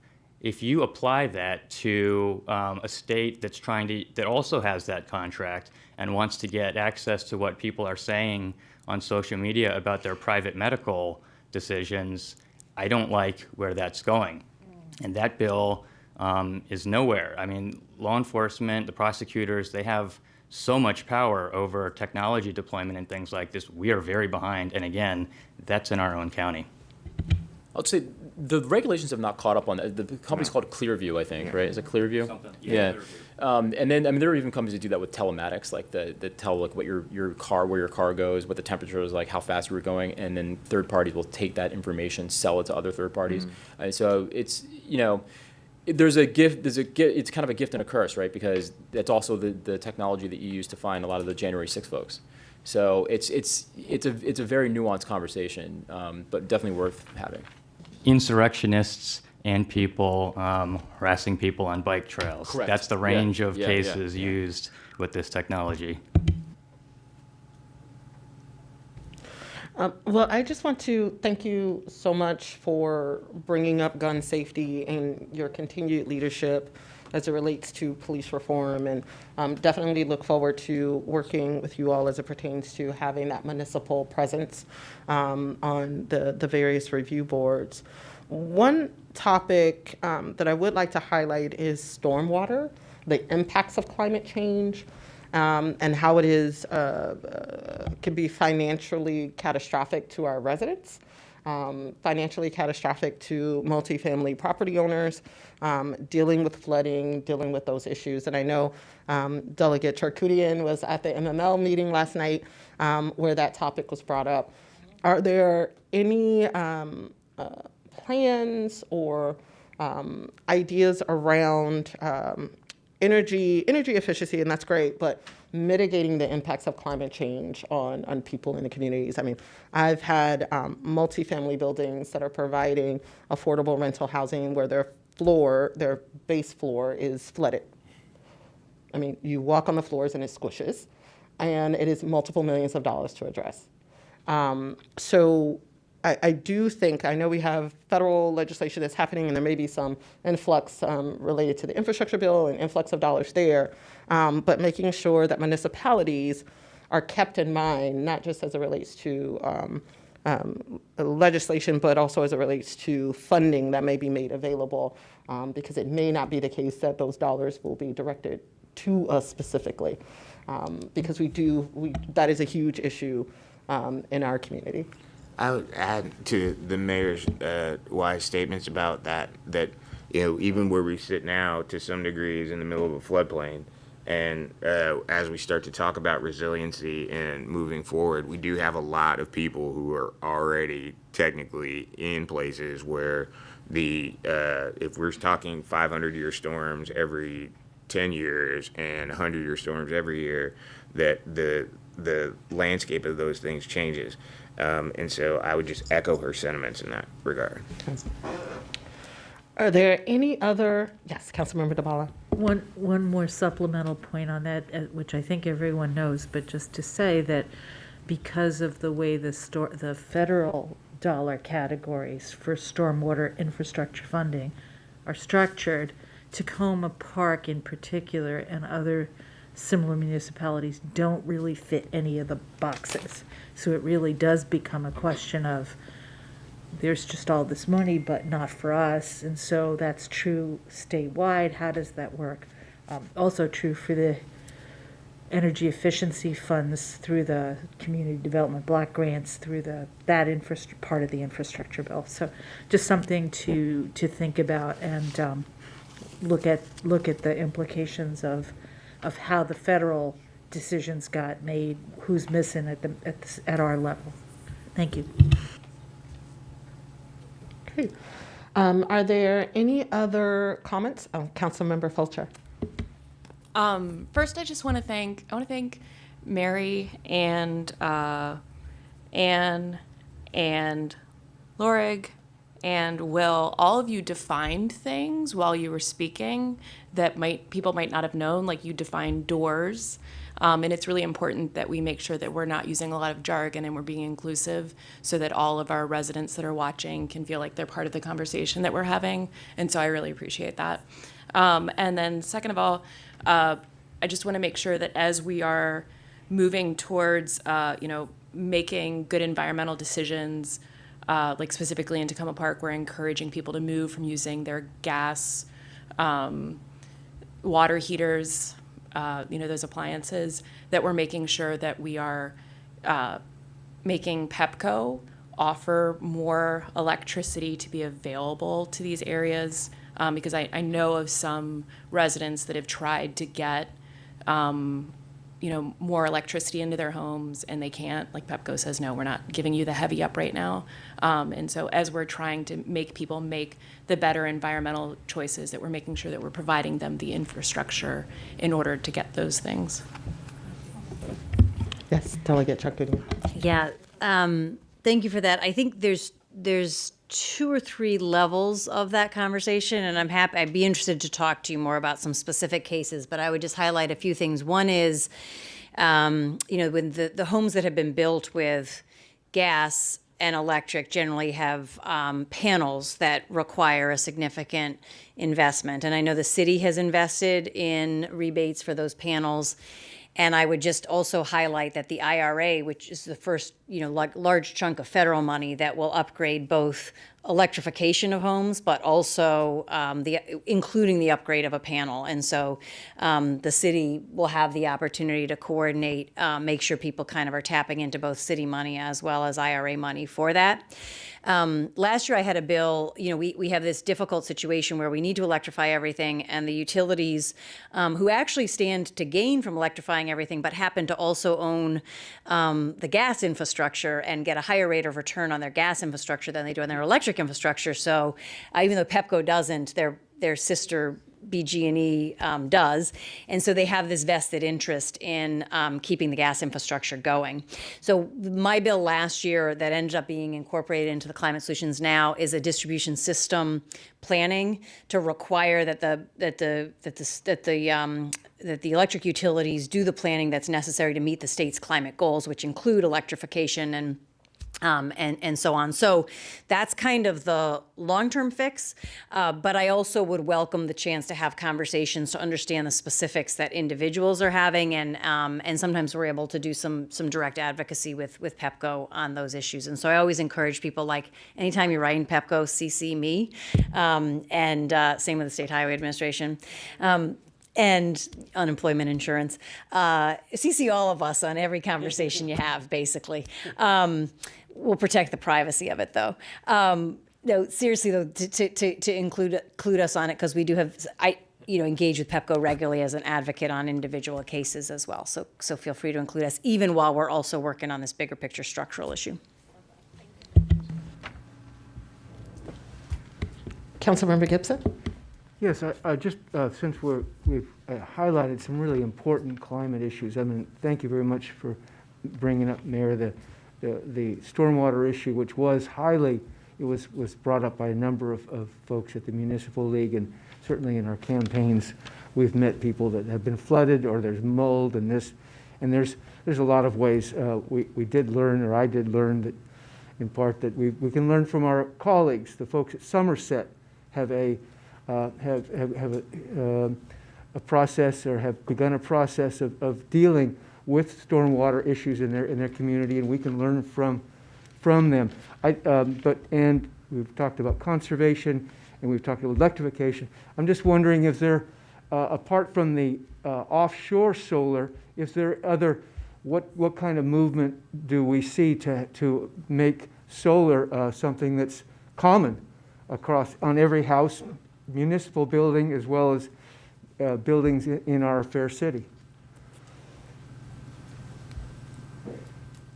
Sorry, is your question how to how do increase we like incentivize rooftop that? solar? Is that what you're saying? Is that what you're asking about, how to incentivize rooftop solar? Is that what your question is? Both at the municipal level, and then also with individual residencies and multifamily apartment buildings and stuff.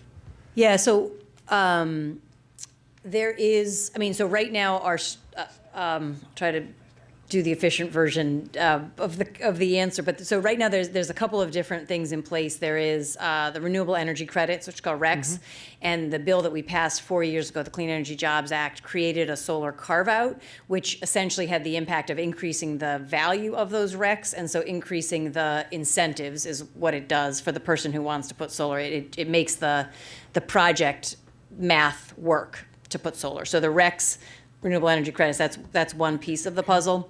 There are also other types of rebates and tax incentives for folks who want to put the solar on their own home. I will say that this year there's a bill that's coming together. I'm not sure exactly what it's going to look like, but the hope is that it will increase the ability of folks low, moderate income to put solar on their roofs, and also to increase, and I want to come to community solar separately. That bill, part of what we're talking about is, could that also include getting the roofs to be solar ready? So if there's roof repair that's necessary for the solar in a low, moderate income home, that may be a piece that's necessary to have incentives for, as well as the solar panels themselves. So those are a couple things that are in the works. They're not quite done yet.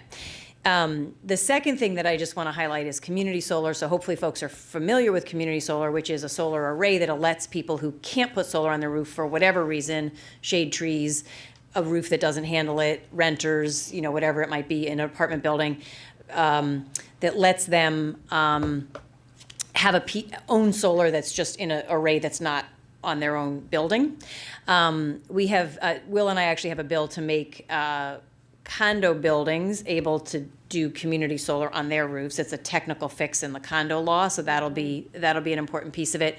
A separate bill that's being discussed is how to support more community solar on roofs. So using roof spaces for community solar, so larger roof spaces that would generate more than the building itself would use, and so other people would be able to use them. So there's a few sort of so there's quite a bit in place right now in incentives, and then there's some technical pieces that we're sort of working on around the edges to try to get fixes. So the hope is that in this session we'll move some of those technical pieces forward that will address it.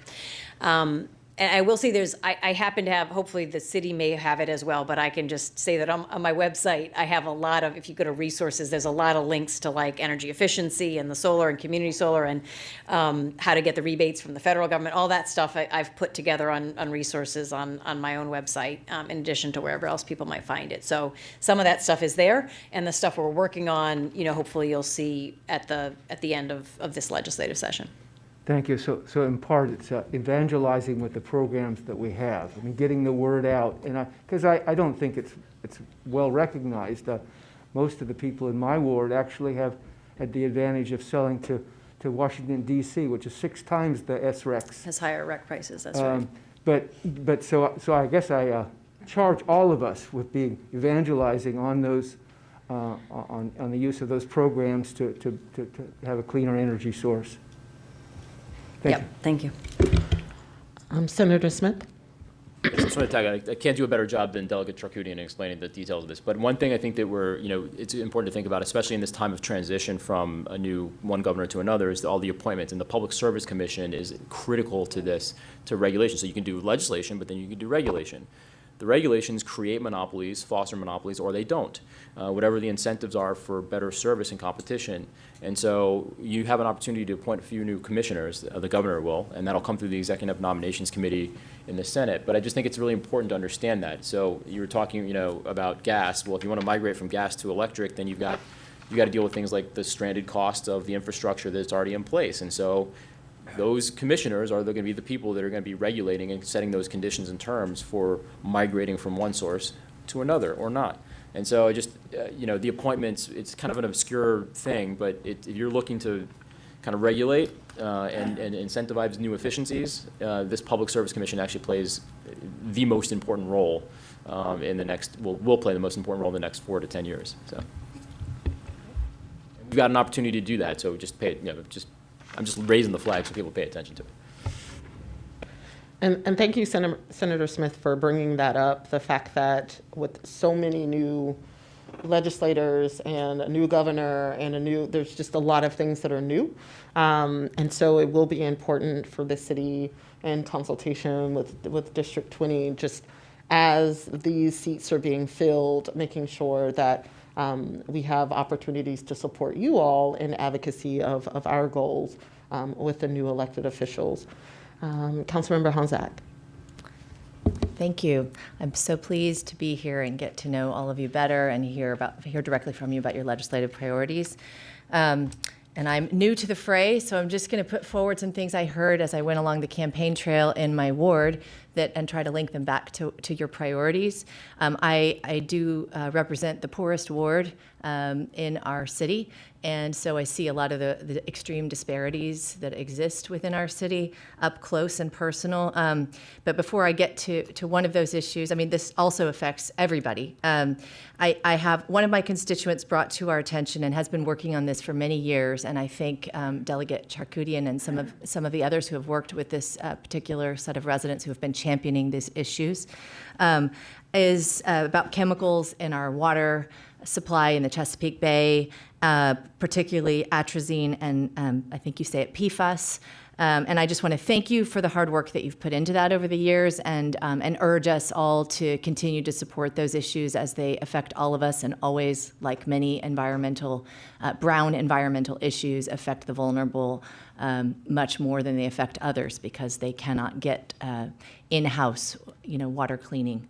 So, and now I just want to move on to some of the bigger issues and how I connect the dots. I want to thank Wilkins for championing the just cause eviction notice. I have a resident who called me even the day before I started this job and is begging to try to figure out how he can not be evicted from his place where he's been for years and years. He's feeling elderly, post-pandemic, just feeling really vulnerable. I really hope that can pass. And on mental health issues, I would like to applaud you for working on the 24/7 mental health services. But in particular, I have just started, because I have a 5-year-old and my kids are way spaced out. I have been going out now and seeing and talking to a lot of the parents, again, for sort of post-pandemic. My oldest is 16, to give you some perspective. I am seeing, just for example, I am the only white family that has my kids going on the bus, and we're talking about high school age. I've got about 40 kids getting on the bus, another 30 or so getting on the middle school bus, and another 40 elementary kids getting on 40 elementary school kids. I know from talking to them that a lot of these families, they're also lower income, are not basically having the bandwidth or knowing how always to engage with you. So you can see from the school data what's happening in the schools. It's terrifying. I can see that those people of means, often who are of means and maybe not always of color too, that coincides in my neighborhood, that they are able to get the tutoring to keep their kids afloat, and so that gap is just growing and growing and growing, and it is truly terrifying. And so as I watch these kids get on the bus every morning, I think, please prioritize first and foremost before you do anything else. Mental health issues and thinking outside the box about what we can do to, maybe not do the kinds of things we did during the pandemic, but get kids outdoors, support recreation. I saw last night that Montgomery County opened up county rec centers for free access. We don't have any of those centers right here. Yes, we have Tacoma Park rec centers, but please, can we get some transfers of funds into the city to support those who are living below the poverty line in our city and aren't getting those kinds of free services for recreation, because that goes so far to support mental health and ultimately life success. Let's not call it academic success. So thank you for working on those mental health issues and services in schools. Thank you for the 24/7. And I think ultimately, sadly, it's going to impact on gun issues as they relate to mental health. So please, again, focusing on guns and youth in those spaces. And then finally, and this kind of is a good segue, we have a very specific issue. Several of you who are here, the delegates, all came out, and I applaud you for making time in your schedule to come to my ward, where we have a very innovative preschool, cooperative preschool that's been here for years. They are championing, and the reason they invited all of us out was to champion removing the need for licensing for childcare from the physical building, which would give the benefit of anyone across the state the ability to open up preschools more easily and use green spaces, which we all know it's well documented how this ties to mental health of young children. But I would just really urge you to try to take that legislation forward. I know that it was worked on last year. There was a bill on it. So I know that's a lot, but most of that is a thank you. Councilmember Small. Yes, and thank you, Mayor. The only last question I had for you guys generally is, it's related to the news associated with the budget and the surplus. And I understand or understood that there was about a $2 billion surplus in the budget last year. There's a 10% increase this year. But most of those funds went to the rainy day fund and some of those other kinds of constructions. I'm curious about if you guys have a vision of how those dollars are going to be spent, what it means to have a budget that is in surplus when you represent an area that does have needs, and just some of those kinds of perspectives going forward, I guess. Well, I'll just say it's not just that we have a surplus. We have a surplus coming into a year where we have budget spending powers now. This was actually done through a constitutional amendment. I think it was question A some years ago that folks voted for on the ballot.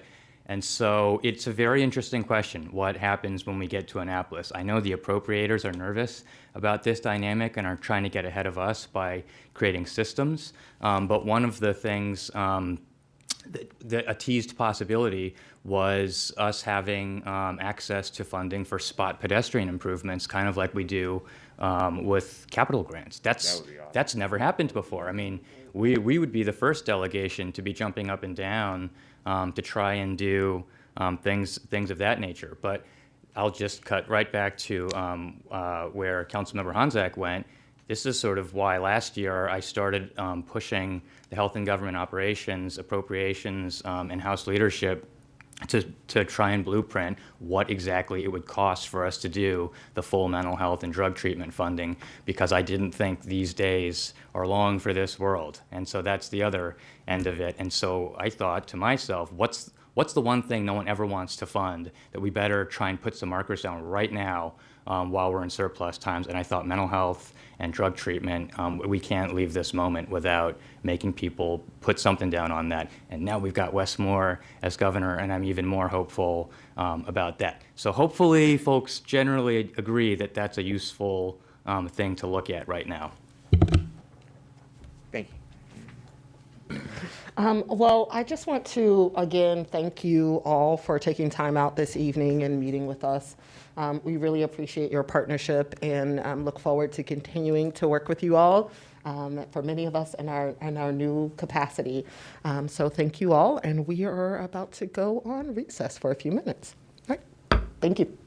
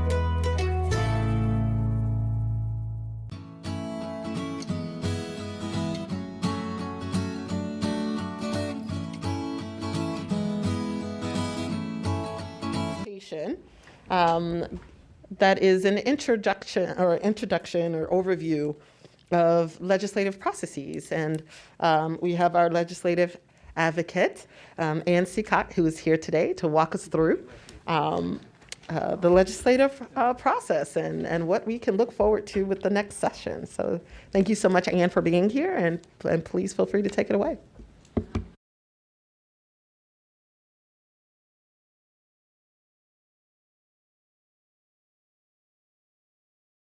During the legislative session, my participation is a lot more assured, done virtually. But when I can be here in person, I enjoy being here, so thank you. So for those who don't know me, I have been involved in public policy and lobbying work in Annapolis for over 30 years.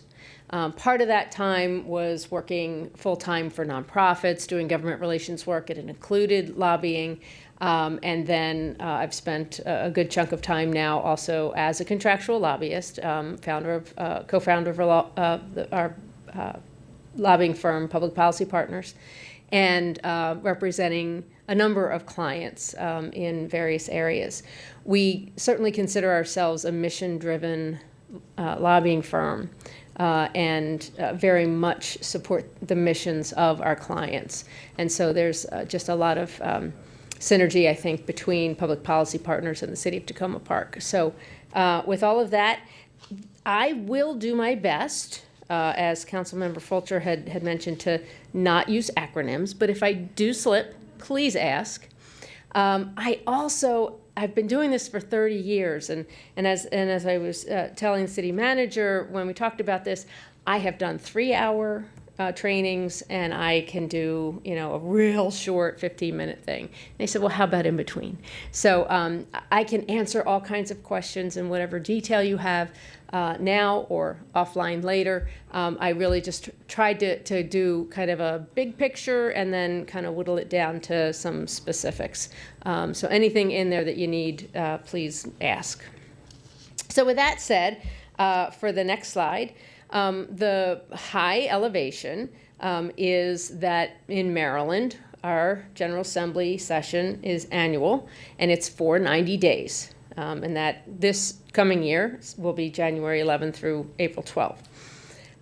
And in Maryland, the only thing by our state constitution that the General Assembly has to do is pass a budget, and it must be balanced. Now, with that said, there's a lot of other stuff that certainly goes on. Some of you may say, well, what about a special session? Yes, there are these things called special sessions that happen time and again for very limited reasons, and they try not to do that very often. The state is made up of 47 districts. You all know a little bit about districts and about redistricting. But just, again, the high-level overview, Tacoma Park, as you know, is District 20, represented by the good people that were here tonight, Senator Smith and 3 delegates, Charcuti, Moon, and Wilkins. And so at the next slide, we have the results of the election. And in the General Assembly, we are going to have 8 new senators. The Democratic Party picked up 2 seats in the Senate. We will have 39 new delegates. The Democrats picked up 4 seats. And that's just to let you know about the balance. I think you all know that Maryland has, the Democratic Party in Maryland has a supermajority in both the House and Senate, and those majorities got a little bigger this past election. The head of the Senate is Bill Ferguson. He's the president of the Senate. He's out of Baltimore City. And then the House Speaker is Adrian Jones out of Baltimore County. The big question, and I've been having this conversation multiple times every day lately, one of the things we're really waiting for are the committee assignments. And that's so that we know who's serving on what committee, so that we know who we need to target when it comes to a person who has direct decision-making power on my bill, and you're somebody I need to talk to. So that's sort of the next big thing that hopefully we hear potentially by the end of the year. But the fact that we have a new governor, and that governor may appoint people from the legislature to certain state agencies that may necessitate changes in the General Assembly and therefore membership on the committees. So with the next slide, I wanted to talk a little bit about, again, that high level, think schoolhouse rock, how a bill becomes a law. Some of you might be too young to know that reference. But each bill is introduced has to be sponsored by a legislator. So I might have a great idea for a bill. I can't do anything with it, but I can take it to a legislator and ask the legislator if they're interested in introducing it. So every bill is introduced by a legislator. Even if the governor wants a bill, it's technically introduced by a legislator. Ideas can come from anyone, from me, from you. You just do need to find that person willing to take it on. And there's some strategy behind who you want to select as a sponsor largely because of their committee assignment. Because you do, if you can, you want to have a legislator on that committee that's going to hear and vote on that bill. There are a lot of bills, right? There's one budget bill. Actually, there's two. There's operating budget, there's capital budget. But there are, a few thousand bills that get introduced. Just today, someone said that already here before the start of session, there have been well over 1,000 bill requests. So I feel very badly for the people in the Department of Legislative Services who have to draft all those bills. A fraction pass. It's not a majority that pass. And then just in general, bills have to pass both the House and the Senate, 3 readings. They must be identical, and it has to not get vetoed by the governor in order to become law. That's the part that we're not going to get into too much more detail on. There's a lot to it. But we can talk about that more, offline. So next slide. Let's talk about those pressure points. So who are we identifying as, what's the timing, and then who are the people? So every bill that gets introduced that meets certain deadlines, they get a hearing. You're guaranteed a hearing in one of the standing committees. The Senate has 4 standing committees. The House has 6 standing committees. Now, when we talk about those committees, and actually Senator Smith referenced that they're kind of divided up by topic, or the topics are divided up and are assigned to the different committees. You here in Tacoma Park have some really super influential legislators representing you. So Senator Smith is the chair of one of those 4 standing committees, the Judicial Proceedings Committee. That's what JPR is, Judicial Proceedings. Delegate Moon is vice chair of the House Judiciary Committee. Delegate Wilkins is the House parliamentarian, and I didn't update this slide because it was just today. I think it was today, not yesterday. She was selected as president of the Legislative Black Caucus. And Senator Smith is right, that's a big deal. It's a very influential part of the General Assembly. Delegate Charkoudian is chair of the Unemployment Insurance Subcommittee of ECM, which is Economic Matters. So they all hold leadership positions, and they are all very well respected in the General Assembly. And I think they really are committed to helping the city as well. The one part of the bill process I'll spend just a minute on is about these hearings, because that is one of the pressure points. That's one of the places where any member of the public, where council members, the mayor, city manager are able to very much physically influence what the legislators who are hearing the bills understand about a bill. So anyone can testify, and it can be written, it can be oral, it can be both. the kinds of things that I think you all as city council people want to focus on, we can all say, oh, this is a good bill and it should be passed, and here are these reasons. For you all, it's bringing your perspective. What is the perspective of Tacoma Park, you all representing the residents of Tacoma Park? What do you bring to the table? And it is very concrete examples of how things impact municipalities and residents. So Mayor Searcy, you mentioned mitigation for stormwater damage and how that has a direct impact on a multifamily housing building or on an individual. That's the kind of stuff. It's painting the picture, because some legislators understand things in different ways. A committee is made up of people from rural areas, suburban areas, urban areas. Especially for folks in rural areas, stormwater damage might not mean the same thing. It really doesn't in a lot of cases. Of course, environmental impacts do have an impact on everybody, but it might be different. So it's painting the picture so that folks that are voting on bills have a real good idea what they're voting on.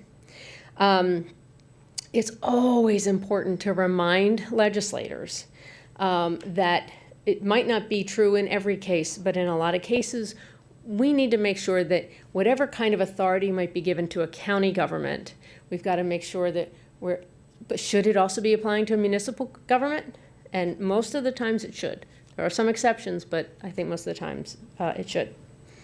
And then it does matter to add to the chorus of those who are simply fighting the good fight, and making sure people are not alone or feel that they're not alone.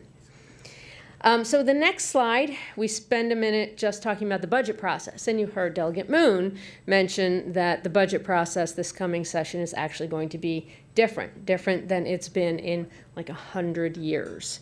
So the first thing to talk about is this happens every 4 years because of the election. Election was in November. The session starts on January 11th. Governor-elect Moore is inaugurated on January 18th. So already a week into session is when we get the new governor. 2 days later is when his budget is due. So guess whose budget this is? It's mostly the outgoing governor's budget. And that's just the way it is every time there's a turnover. Now, I will say that Governor Hogan has been very publicly committed to a smooth transition of power. And the evidence that we have seen in a number of areas, including in the budget, is that is exactly what's happening. And I've had multiple conversations on issues related to the budget, and especially, I think, his budget folks, they really are, sort of collecting everything, and it's going into, this is now yours. And it's probably why the secretary of the Department of Budget and Management was one of the first appointments that the governor-elect made. So he'll have a little bit of wiggle room, but it'll largely be Governor Hogan's budget. So what the General Assembly will be able to do for the first time is move money around in the budget. So they can increase line items. They have to take the money from somewhere. Maybe, I think Councilmember Smalls, you mentioned the rainy day fund. It might be taking it from the rainy day fund to put it in some places. They'll get creative for sure. But they can't increase the overall size of the budget, but they can move things around.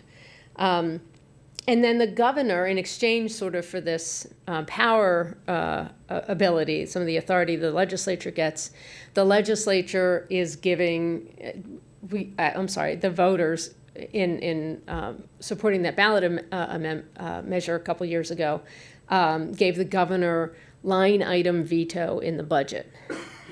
In return for that, like any other veto, the legislature can override that veto. I would be very surprised in the first year of this, in the first year of same party rule back to same party rule in the General Assembly and the State House. I doubt that we're going to see disagreement to the level of a veto of a particular budget item. But I'm sure eventually we will. And for city staff, for council members, for the mayor, Public Policy Partners is facilitating a training next week virtually on the new budget process. So let me know if you're interested in that if you haven't received that information. All right, the next slide. A reiteration of the priorities and a correction that I need to make on that very first one. The capital funding that we're seeking specifically for the library is not any new bond opportunity. So just to make sure folks don't think that this is, we're looking for some matching dollars for what you all already have well underway. And then it's just here as a reminder, and I think it was interesting, again, to see the very significant overlap in the priorities that the city has with what the District 20 folks had to say around. And it's very clear that there is going to be a lot of focus on pedestrian safety. And it was exciting to hear what Delegate Moon mentioned about, funding for spot pedestrian safety projects. That's kind of neat. So I think that's going to be a big issue. Housing is absolutely going to, these are all going to be big issues. I don't know what's not going to be a big issue this session. We're going to be busy. Mayor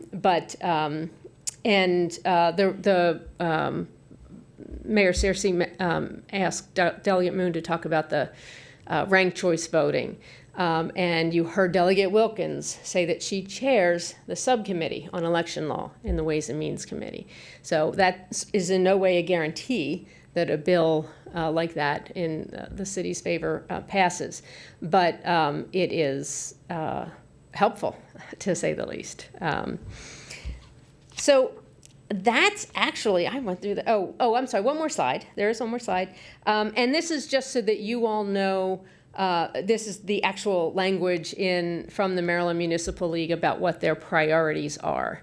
And it was Senator Smith, I think, mentioned about the police accountability boards. And I know he is sincere about wanting to figure out how municipal governments are represented in those boards. And then the Maryland Municipal League also has prioritized expanding municipal revenue opportunities, and then focus on communication with the public, specifically in the intersections of transparency, notifications, and privacy, which is, I think, really broad.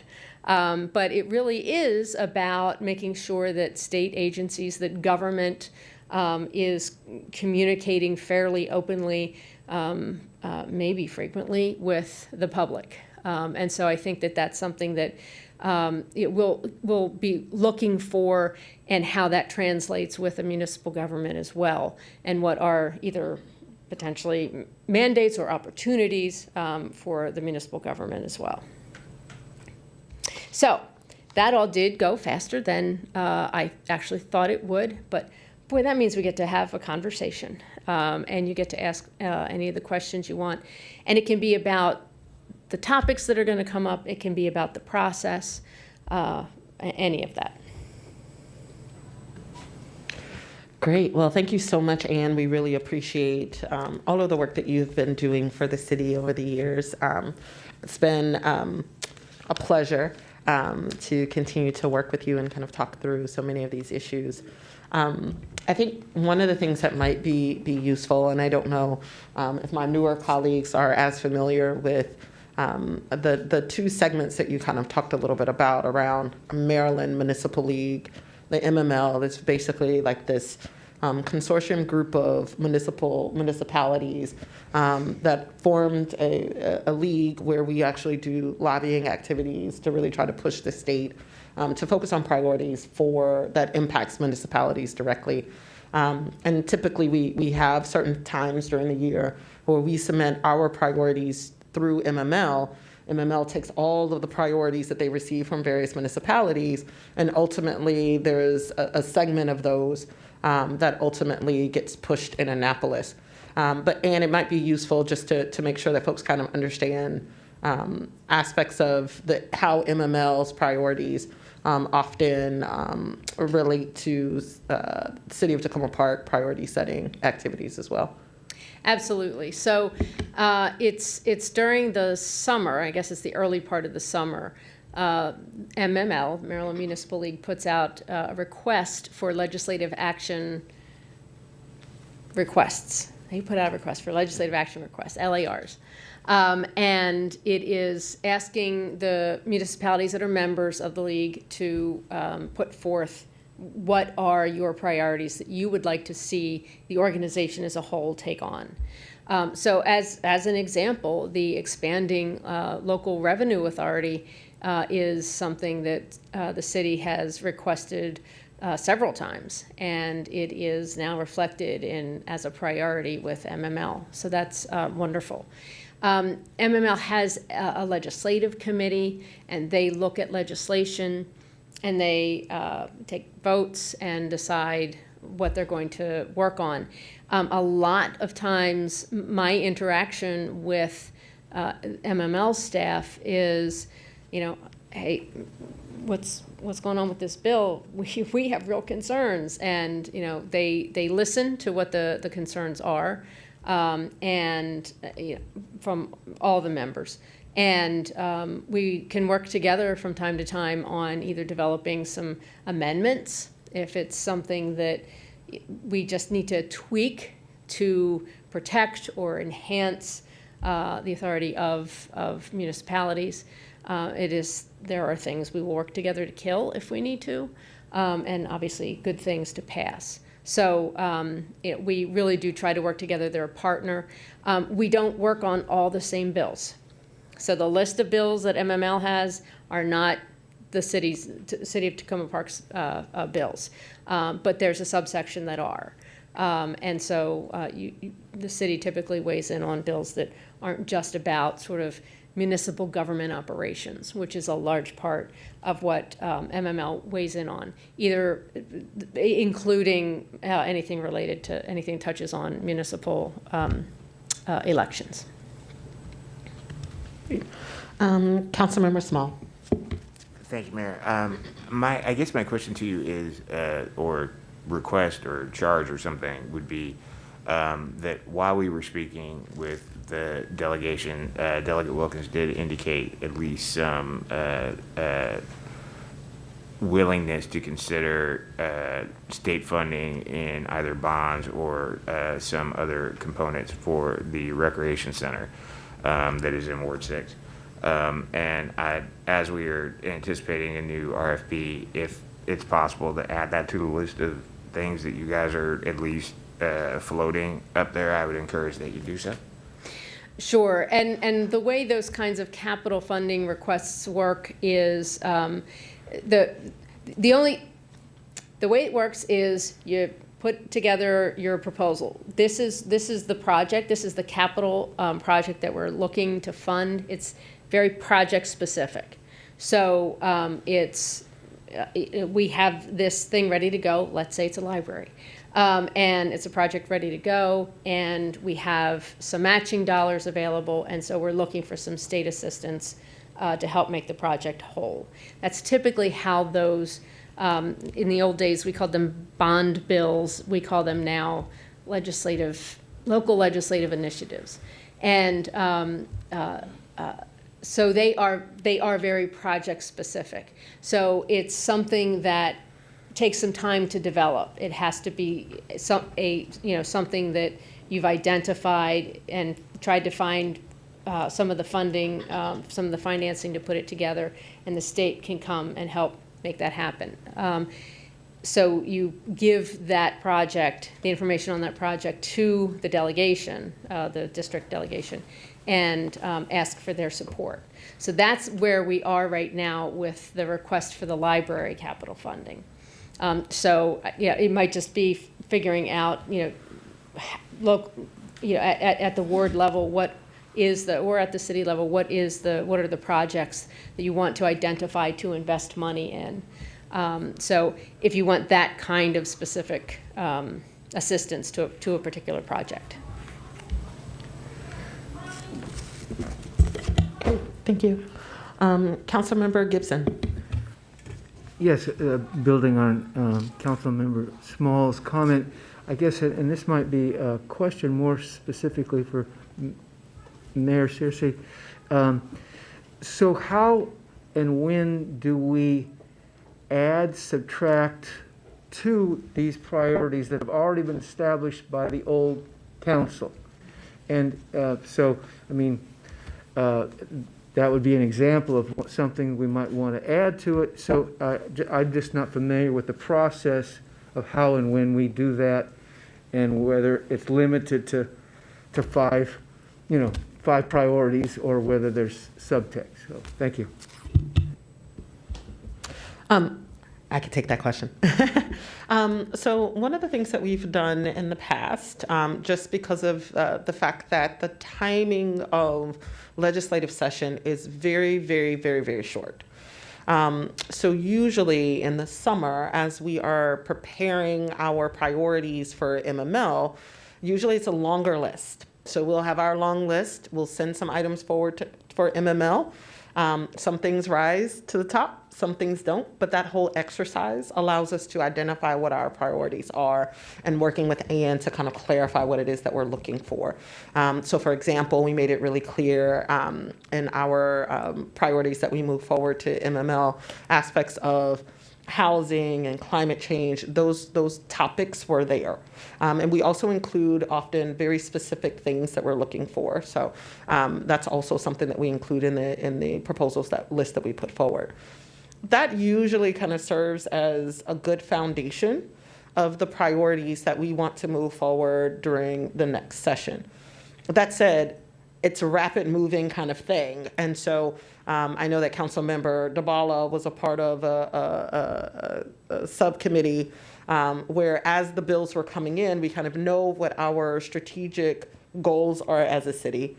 We have the priorities that were developed over the course of the summer into the early fall, and any other new priorities that may arrive. So then when we get to the point where we're in session, we're looking for our stuff and our names, which makes things a little easier. And how long does session typically last? It's what? 90 days. 90 days. No, not typical. It's 90 days. That's how we get through it. Yeah. It's only 90 days. So it's only 90 days. It's usually really, really fast paced. There's lots of bills that are flying around. Lots of them may relate to our general topic. And so it just requires lots of back and forth, either with our delegate or other legislators, to make sure that we're preparing testimony and hearing. So because we're a new council, that process is kind of a little, we're highlighting some of the priorities like we did today, but they related to the priorities that we had already communicated and still believe to hold true. So that's kind of how the process works. But keep in mind that there are opportunities. So for example, when things come up, last year it really was public safety. We had a public safety task force. There was lots of things that was happening as it relates to public safety. They came into the MML, but they also were various bills that were coming through that we were mindful of. So by and large, the agenda is set. I wouldn't say it's completely set, but I would say if there are particular bills that so for example, let's say the pollinator bill that Delegate Charkoudian is really pushing, and that's something that is a real big priority for your constituency. There's room for you to work in consultation with Delegate Charkoudian, work with Ann, so that if there is a need for there to be testimony or a hearing, that there's room for that. But we do, just keeping in mind, it's very fast paced. It's over 2,000 bills. do try to make sure that we're hitting the priority topics. Understood. Now, last point, though, if it sounded as like an individual council member, Delegate Charcutia, rather than the council, or did I misunderstand? So we really would prefer to make sure, especially with staff resources, that we're operating in accordance with the priorities, but there are instances where it makes sense for there to be a one-off. It does, it does sound as, I mean, these are pretty broad categories, and so I don't know how, I mean, there's sub bullets underneath them, so that there's probably maybe some flexibility within the category. Is that fair enough There to is. say? And so emphasis could change from offshore wind to pollinator, I mean, you know, whatever, something like that. And it also depends on what, so we have our priority areas, right? Yeah. So climate change is a topic. We also kind of have to go with the wind of what actually lives or dies during, during the session, right?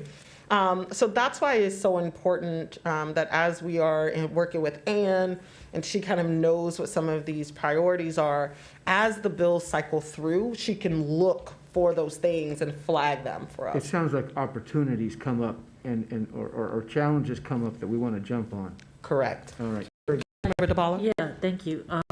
To give last, we knew climate was important.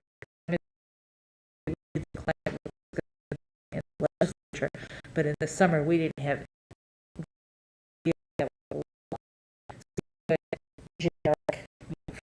together. But when it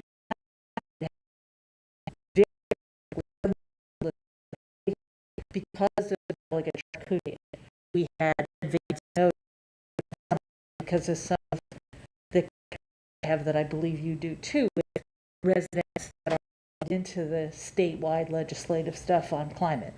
We were looking for. So then we got to the subcommittee.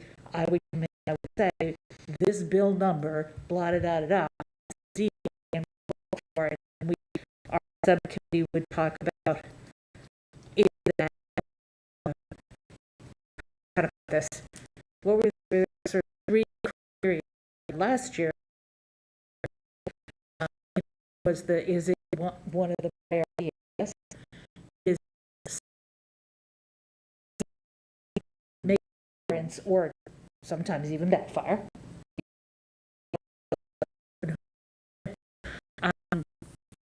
We have the time, resources, staff, the consulting, and the energy to pursue anything else that we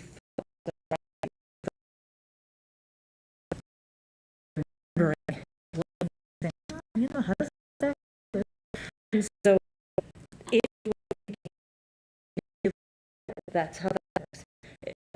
Last year anyway, if you're in a particular area and niche within a topic, the delegates, not ours, they're way ahead of us in terms of, and this is the issue and this is the bill I'm going to propose. So whether you and I like it or not, it is on that level kind of a little late unless it's an emergency. But there's a lot to choose from in terms of what is that we don't know yet that's going to get proposed in. I'm guessing climate and stormwater might be areas you're interested in. So that's how it worked last year. What I think this group wants to, well, I'm speaking in terms of is would we want to do what we can? Last time I think it was 40, which is too much.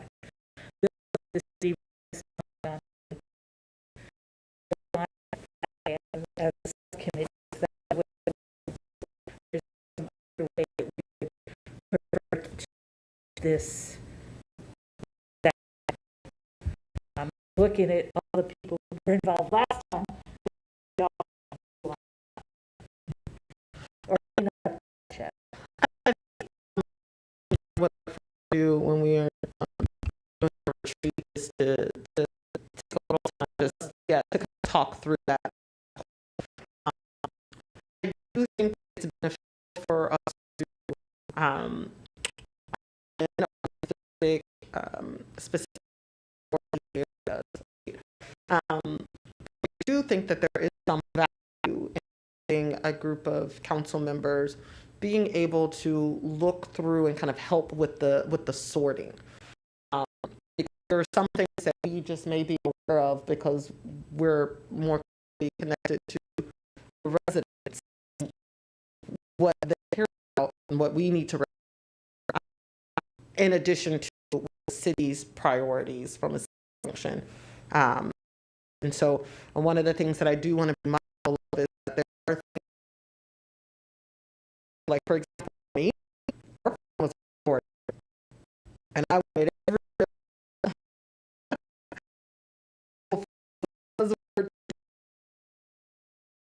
and so if we didn't put purple line in the email priorities, I wanted purple line, right? So I think one of the things that is going to be important is as we are getting more acclimated, thinking through what some of those potential individual, like unique, mentioned, one of the child care providers in your ward, if there are unique bills that are important for addressing ward's priorities, that is information for I think that would also help with the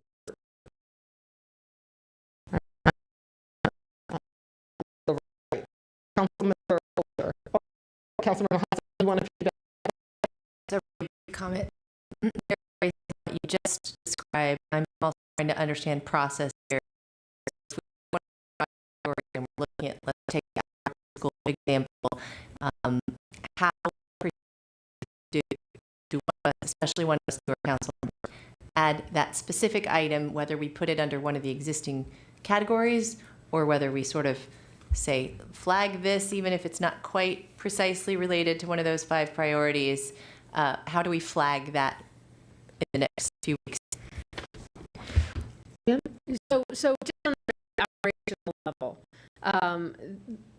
during the legislative session, there are bill synopses every day. So there are bills introduced every day, and anyone can look at them online. But at my office, we go through them every day, and we flag bills that we believe are of interest to the city. And then we put that together in a database that produces sometimes a very long chart. But it's really about trying to identify. I would add a 4th criterion to the things that Councilmember Duvall mentioned, which is, does this bill have a shot in heck at passing? Yeah. If it is, you look at the sponsor, and sometimes we're go anywhere, or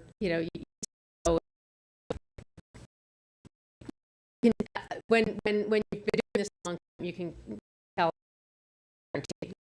you can read a lot into that. So,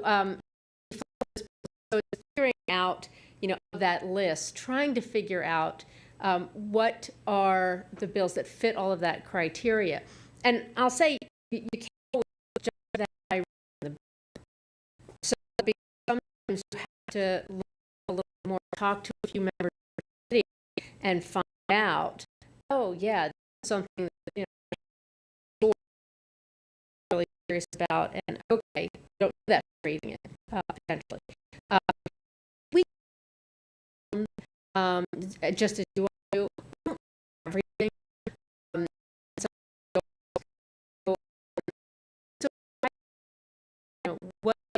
What are the really of the priorities?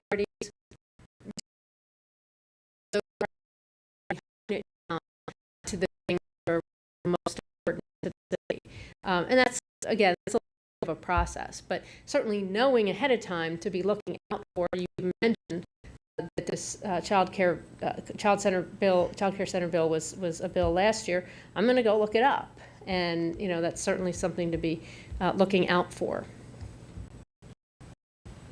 Councilmember. Thank you. So, 2 questions. How can we hear during this 90-day whirlwind, how will we support you during those 90 days? Lovely questions. So you will see me every week. We do a very brief. We don't go into a whole lot of detail, but a very brief kind of highlights of what's going on with the priority areas. So we do that at your weekly city council meetings. And in terms of the support, so I work most directly with City Manager Fox, and as well as the mayor, and it's figuring out, okay, when we have figured out these are, this particular bill is one, and we'll work together to figure out the writing of the testimony, and sometimes council develops expert at writing testimony. And then we think it's even to the level of a person to testify on this bill.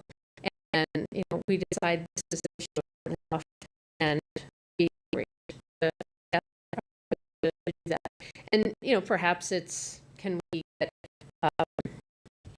Are there other connections that folks might have outside of maybe a meeting with a legislator one-on-one, or several with a legislator? But that's case by case as they come up. But we absolutely enjoy having council members coming to Annapolis when it's really called for, and sometimes it really is. And I will tell you, legislators listen, local officials show up. And it's not just district people care, Tacoma Park City Councils. Not every district includes a municipality, but many do, and so there's just a level of respect. It's kind of fresh kind of thing to acknowledge another elected official in their presence, kind of thing. Mm-hmm. Councilmember Siemens. Thank you, Mayor. No, I just wanted to follow up on Councilmember Honzek's question and just say that in my experience, there have been several times where there were a particular issue that I was more focused on than the rest of the council. And I've found that, making our policy partners aware of that issue, and maybe even highlighting a bill or two that was focused on that issue. They've been very responsive in telling me I'm crazy, or that there may be some opportunity there. And if not being able to focus their own time on that so much, at least give me the support to address that myself.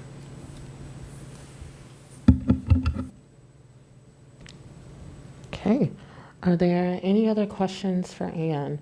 It does sound like, and this will be a directive for the city manager, that when we have our priority setting discussion, having folks come prepared if there are any legislative topics of priority for them that it might be useful to make Ann aware of. If you all could funnel that information to the city manager, we could talk a little bit more about it during our retreat in early January. But we do want to make sure that, especially because session is so very quick, that we are able to at least prepare any short list items that are really pressing for you all, given that you're new and didn't have a chance to weigh in on the prior priorities, so that we can funnel that information onto Ann in a streamlined way. All right. Are there any other questions? Yes. Yes. Just perhaps I should know this, but is there an equivalent process with regard to the county in terms of influencing county? Yeah.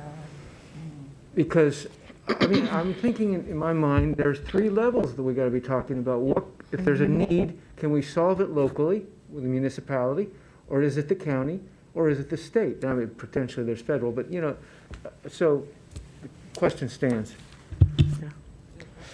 So the city does not have a county advocate in the similar way that we have an advocate in Annapolis, but we have been able to really leverage our local chapter of MML to really help push county level issues. So for example, tax duplication.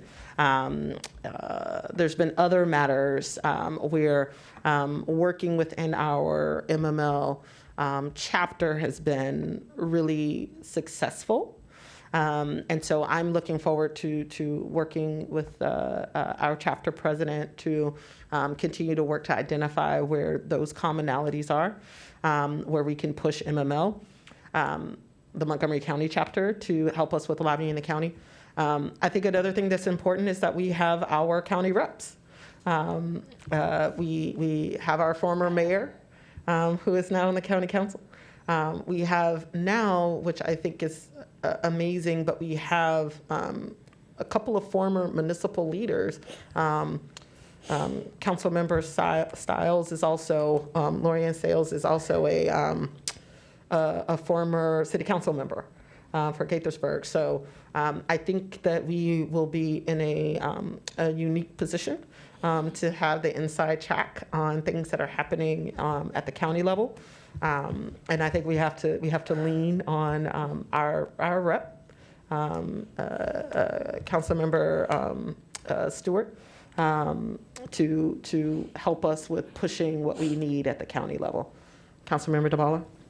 Yeah, again, just to go to my personal example, in the climate action framework for the city, there's a line about how working with the county is important and we need to keep track. So how do you do that? And the way that, because we don't have an Ann at the county level to turn to, the sustainability manager and I were just in touch with the county council member that represents this area, who happened also to be on the committee, the Transportation Environment Committee. So we would get the heads up, oh, there's an electrification bill coming up, right? Just do you want to weigh in, what, formally, informally, written or not? And that's how that worked. It's not, that's only one topic. And it's kind of, but it seemed to do the trick up until now so far. So I think it's something we would like, I would like to talk about when we get to our priority setting. Is Right. that where we as a group want to put our energy, or is that not? Because previous councils, And which jurisdiction? yeah, I didn't mean climate, I meant using the county approach and how much energy to put into working with them. A couple of councils ago, it was not a particular priority or interest to work with the county. So I think that's a group, personally, I think that's a group decision that we need to talk about a little. But that's how it could work. Councilmember Hanzak? Sorry, I feel like I'm sorry if I sound like I'm repeating myself. And being new, I'm hoping this is beneficial to do this here in front of all of the council members so we all have the same understanding. I'm still not totally clear on the process that we, like, take tomorrow, any one of us newer people especially, let's say we've got four things that we would like to put forward, just so we're not overwhelming the wrong people and all sending it to different directions. So we would, let's say, outline those 4 things, see which categories they fit under, just say these are some priorities. If it wasn't totally lucid at tonight's meeting when I was verbally, saying whatever I was saying, or I didn't say it out loud yet, we would send it to you, copying Anne. Can you just outline that specific process so that we make sure all those ideas get put in the same place and that we've made sure everybody's informed? Sure. Thank you. If everyone could send those priorities to the city manager, copy Anne and myself. And then Anne we can talk more about once that list is comprehensive and we've kind of heard from folks who, and if you don't plan to submit anything, please also let us know. And then that way we'll at least be able to have an initial short list. And that is something that we can use as a foundation to build on. And it also gives Anne some insight into any things that are percolating right now that might be relevant to be able to be on the lookout for. And again, we'll talk more in greater detail during our retreat. If I just kind of feel like I know so little about what the legislation is doing in Annapolis that it's going to, personally, to figure out what, I mean, there are issues of course, importance to the ward, and I see in the city, where they belong is, in terms of where it can be acted on, I need to learn. So, in other words, I think I would be blue skying, frankly, if I was to give you my priorities. And if that's what you want, I can do that, but it's not in the context of knowing too much detail about what's happening. And I don't know whether you really want my blue sky, you know? So, I mean, and I guess this question is for Ann. You know, I've given blue sky childcare. And then realized really quickly, okay, I don't want everything related to childcare. So you don't have to be overly prescriptive, but a little level of nuance. So let's say, for example, for you, if stormwater mitigation or stormwater climate change mitigation items is a blue sky item for you. You don't have to get into the level of detail around like on private properties, single family homeowners. Just knowing that stormwater, climate change mitigation is a topic of priority for you is somewhat helpful. And then as the bills come through and that criteria is applied, that will help to kind of weed down what actually makes sense for you to pay attention to.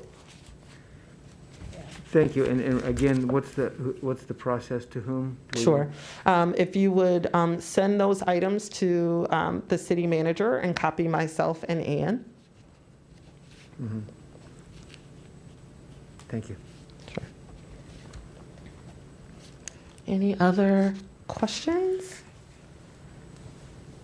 Okay. Again, thank you so much, Ann, for coming out tonight. I really appreciate you and all of the work that you do. And appreciate the fact that you're like, I've given 3-hour trainings and I've given 20-minute trainings. Well, we may have to have you come back and give us another 45 minutes. I'm always happy to answer questions, especially the process questions with how things work in Annapolis. Reach out anytime. Excellent. Well, thank you again. All right. So I think that's all we have for tonight. Thank you all. Motion to adjourn. Second. All right, we're adjourned.